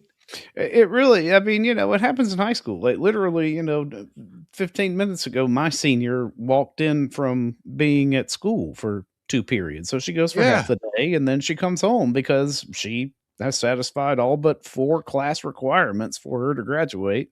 So she's taking 2 this semester and 2 next. It's not out of the ordinary for a senior to save a single internship. Do you want to go to class 4 times a freaking week when you're a senior? No, you get all that crap there out are of the way when you're a football players. freshman. There are football players that have played full seasons here that don't have a single class. I mean, what? Right. I'm sure it's like that same group of 5 people. That's right. Yeah, I go to Bat Cave, North Carolina, and yell the time. Oh, Ethan, this is good, and we'll end with this. And I get through it. Eric says, do you think Beamer will let Browse have full control of the offense? Yeah, because he let Mike Shula and Mike Furry and Marcus Satterfield. And yeah, if anything, that blew up on him, letting him have full control. But yes, now I'll say this. Head coaches do things like it's a head coach call, no matter who the head coach is. It was Will Muschamp who never called a play on offense. They decide to go for it, punt. That's what head coaches do. They make those. They have to. No. Head coaches make those decisions. But as far as meddling, and Shane Beamer's never meddled. I mean, he contributes on special teams, right, with stuff. But I don't think he's ever meddled there either. People have that all wrong. All wrong. But yes, Browse has full control over the offense. So there's that. Okay, Ethan, this is a great question. Some guys that are under the radar, do we think there's a player that's being over talked about and may not live up to the hype? Seem like there's always a guy, Boaz Stanley and Kaysen Henry. Yeah, now Kaysen played well until he got hurt again, 3 games in Vanderbilt. He just never stayed healthy. Wish him the best at Louisville. Boaz, absolutely. If I had to say one, man, that's tough. As far as overhyped, I'm going with Matt Fuller. Not that I think, I have to preface all of this with I'm sure he very well could be a top running back in this league, right? But I feel like he's been built up enough over the summer that if he's not top 5 in the SEC, people are going to consider that a miss. Yeah. Man. That'd probably be. It's relative to everybody's personal expectations. But if I had to throw a name out there and gun to my head, that's the one I'm going with. Yeah. Yes, I don't know. Anyway. I'd probably go that too, just because I want to stay consistent. And I hope to God I'm wrong. But I want to say consistent and say because the Matt Fuller hype was coming. It wasn't coming from us, No, right. I told everybody, and I still haven't, and we didn't have a spring game. So maybe if I'd have seen the spring game be a little different. Where I go, oh, okay, I get it. And he does look much better, right? Physically and all that. And I've always liked him as a player. So this is nothing against him. But there was quite a few public comments that were way, up there. So maybe that's it. Maybe a little Nitro Tuggle, because Nitro needs to be a little more consistent. It's a crowded room, but his name is awesome, and he was a top 100 recruit, and he's done really well since he's been here. But you're also battling with DJ Black and Donovan Murph over there. Right. Not every receiver can catch 60 balls this season. So I'll go with that.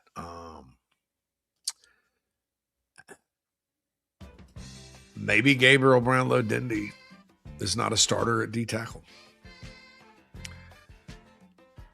Maybe. I don't know. Does that mean he's overhyped? Does that mean somebody's just better? I don't know. That's a great question, Ethan. That's a good question because you need to fire those questions in, Ethan. So Mac Lee says, I'm thinking in this day of coaches getting fired, Beamer not getting fired would show recruits there's consistency here. Stick-to-itiveness. But who knows? Crazy times. You're right, Mac Lee. I like that. That's true. Mm-hmm. Gamecock Depression says Mazio Bennett. Could be. Could be. I don't know. TDS says Nitro a slot guy. He could play there. Quattrell says, tell me why is going to be the best DT on the team. Most agree with you. Krager's size matters. Krager. Dindy's going to have a big year. Hold on. He'll have no Dindy slander. They're really going to spring. I love Gabe Brownlow-Dindy. I do too. I think he is going to have a good year, but there's a lot of competition. It's kind of cool that there's all this competition at D tackle and receiver, because there's been years Carolina hasn't had anybody in either room. Right. It's been a bit thin. Ethan says Herring.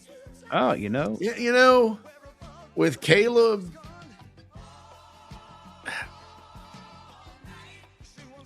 I think in my head with him though. I'm like, so if he can defend the run, that's really all I'm looking for him for. Yeah, and can he do it? And I think people expect him to be, because he was kind of recruited as the answer, opposite Stewart, and and then there's the Kyle Kennard track record, and that's a lot to live up to. Yeah. We've never said he's going to be Kyle Kennard. I was like, hopefully he can play the run like Kyle Kennard. I'm avoiding all Kennard or Demetrius Knight comparisons, period. Not making either of those because that's an impossible standard. Yeah. So, yeah. Mouse says Jawarn Howell is going to be really good. He's got the talent. Yeah. You are the Jawarn Howell truther. The truther. All right, folks, we got to get out of here. This has been Inside the Gamecocks, the show on a wide open Wednesday. Thanks to everybody who got in the McKellar Enterprises Chat Box. Thursday is tomorrow. And then, man, we got high school football starting tomorrow night, actually. Yeah. As I move some games back. I know on the Chief Sports app, Myrtle Beach at Marlboro County is one of our live broadcast games. Then week 0 in college football is next weekend, and then 2 weeks from today, it'll be a wide open Wednesday on game week. The Kent State Mighty Golden Flashes will be rolling into town. All right, folks. Been a great day. I'll let you boy. See ya.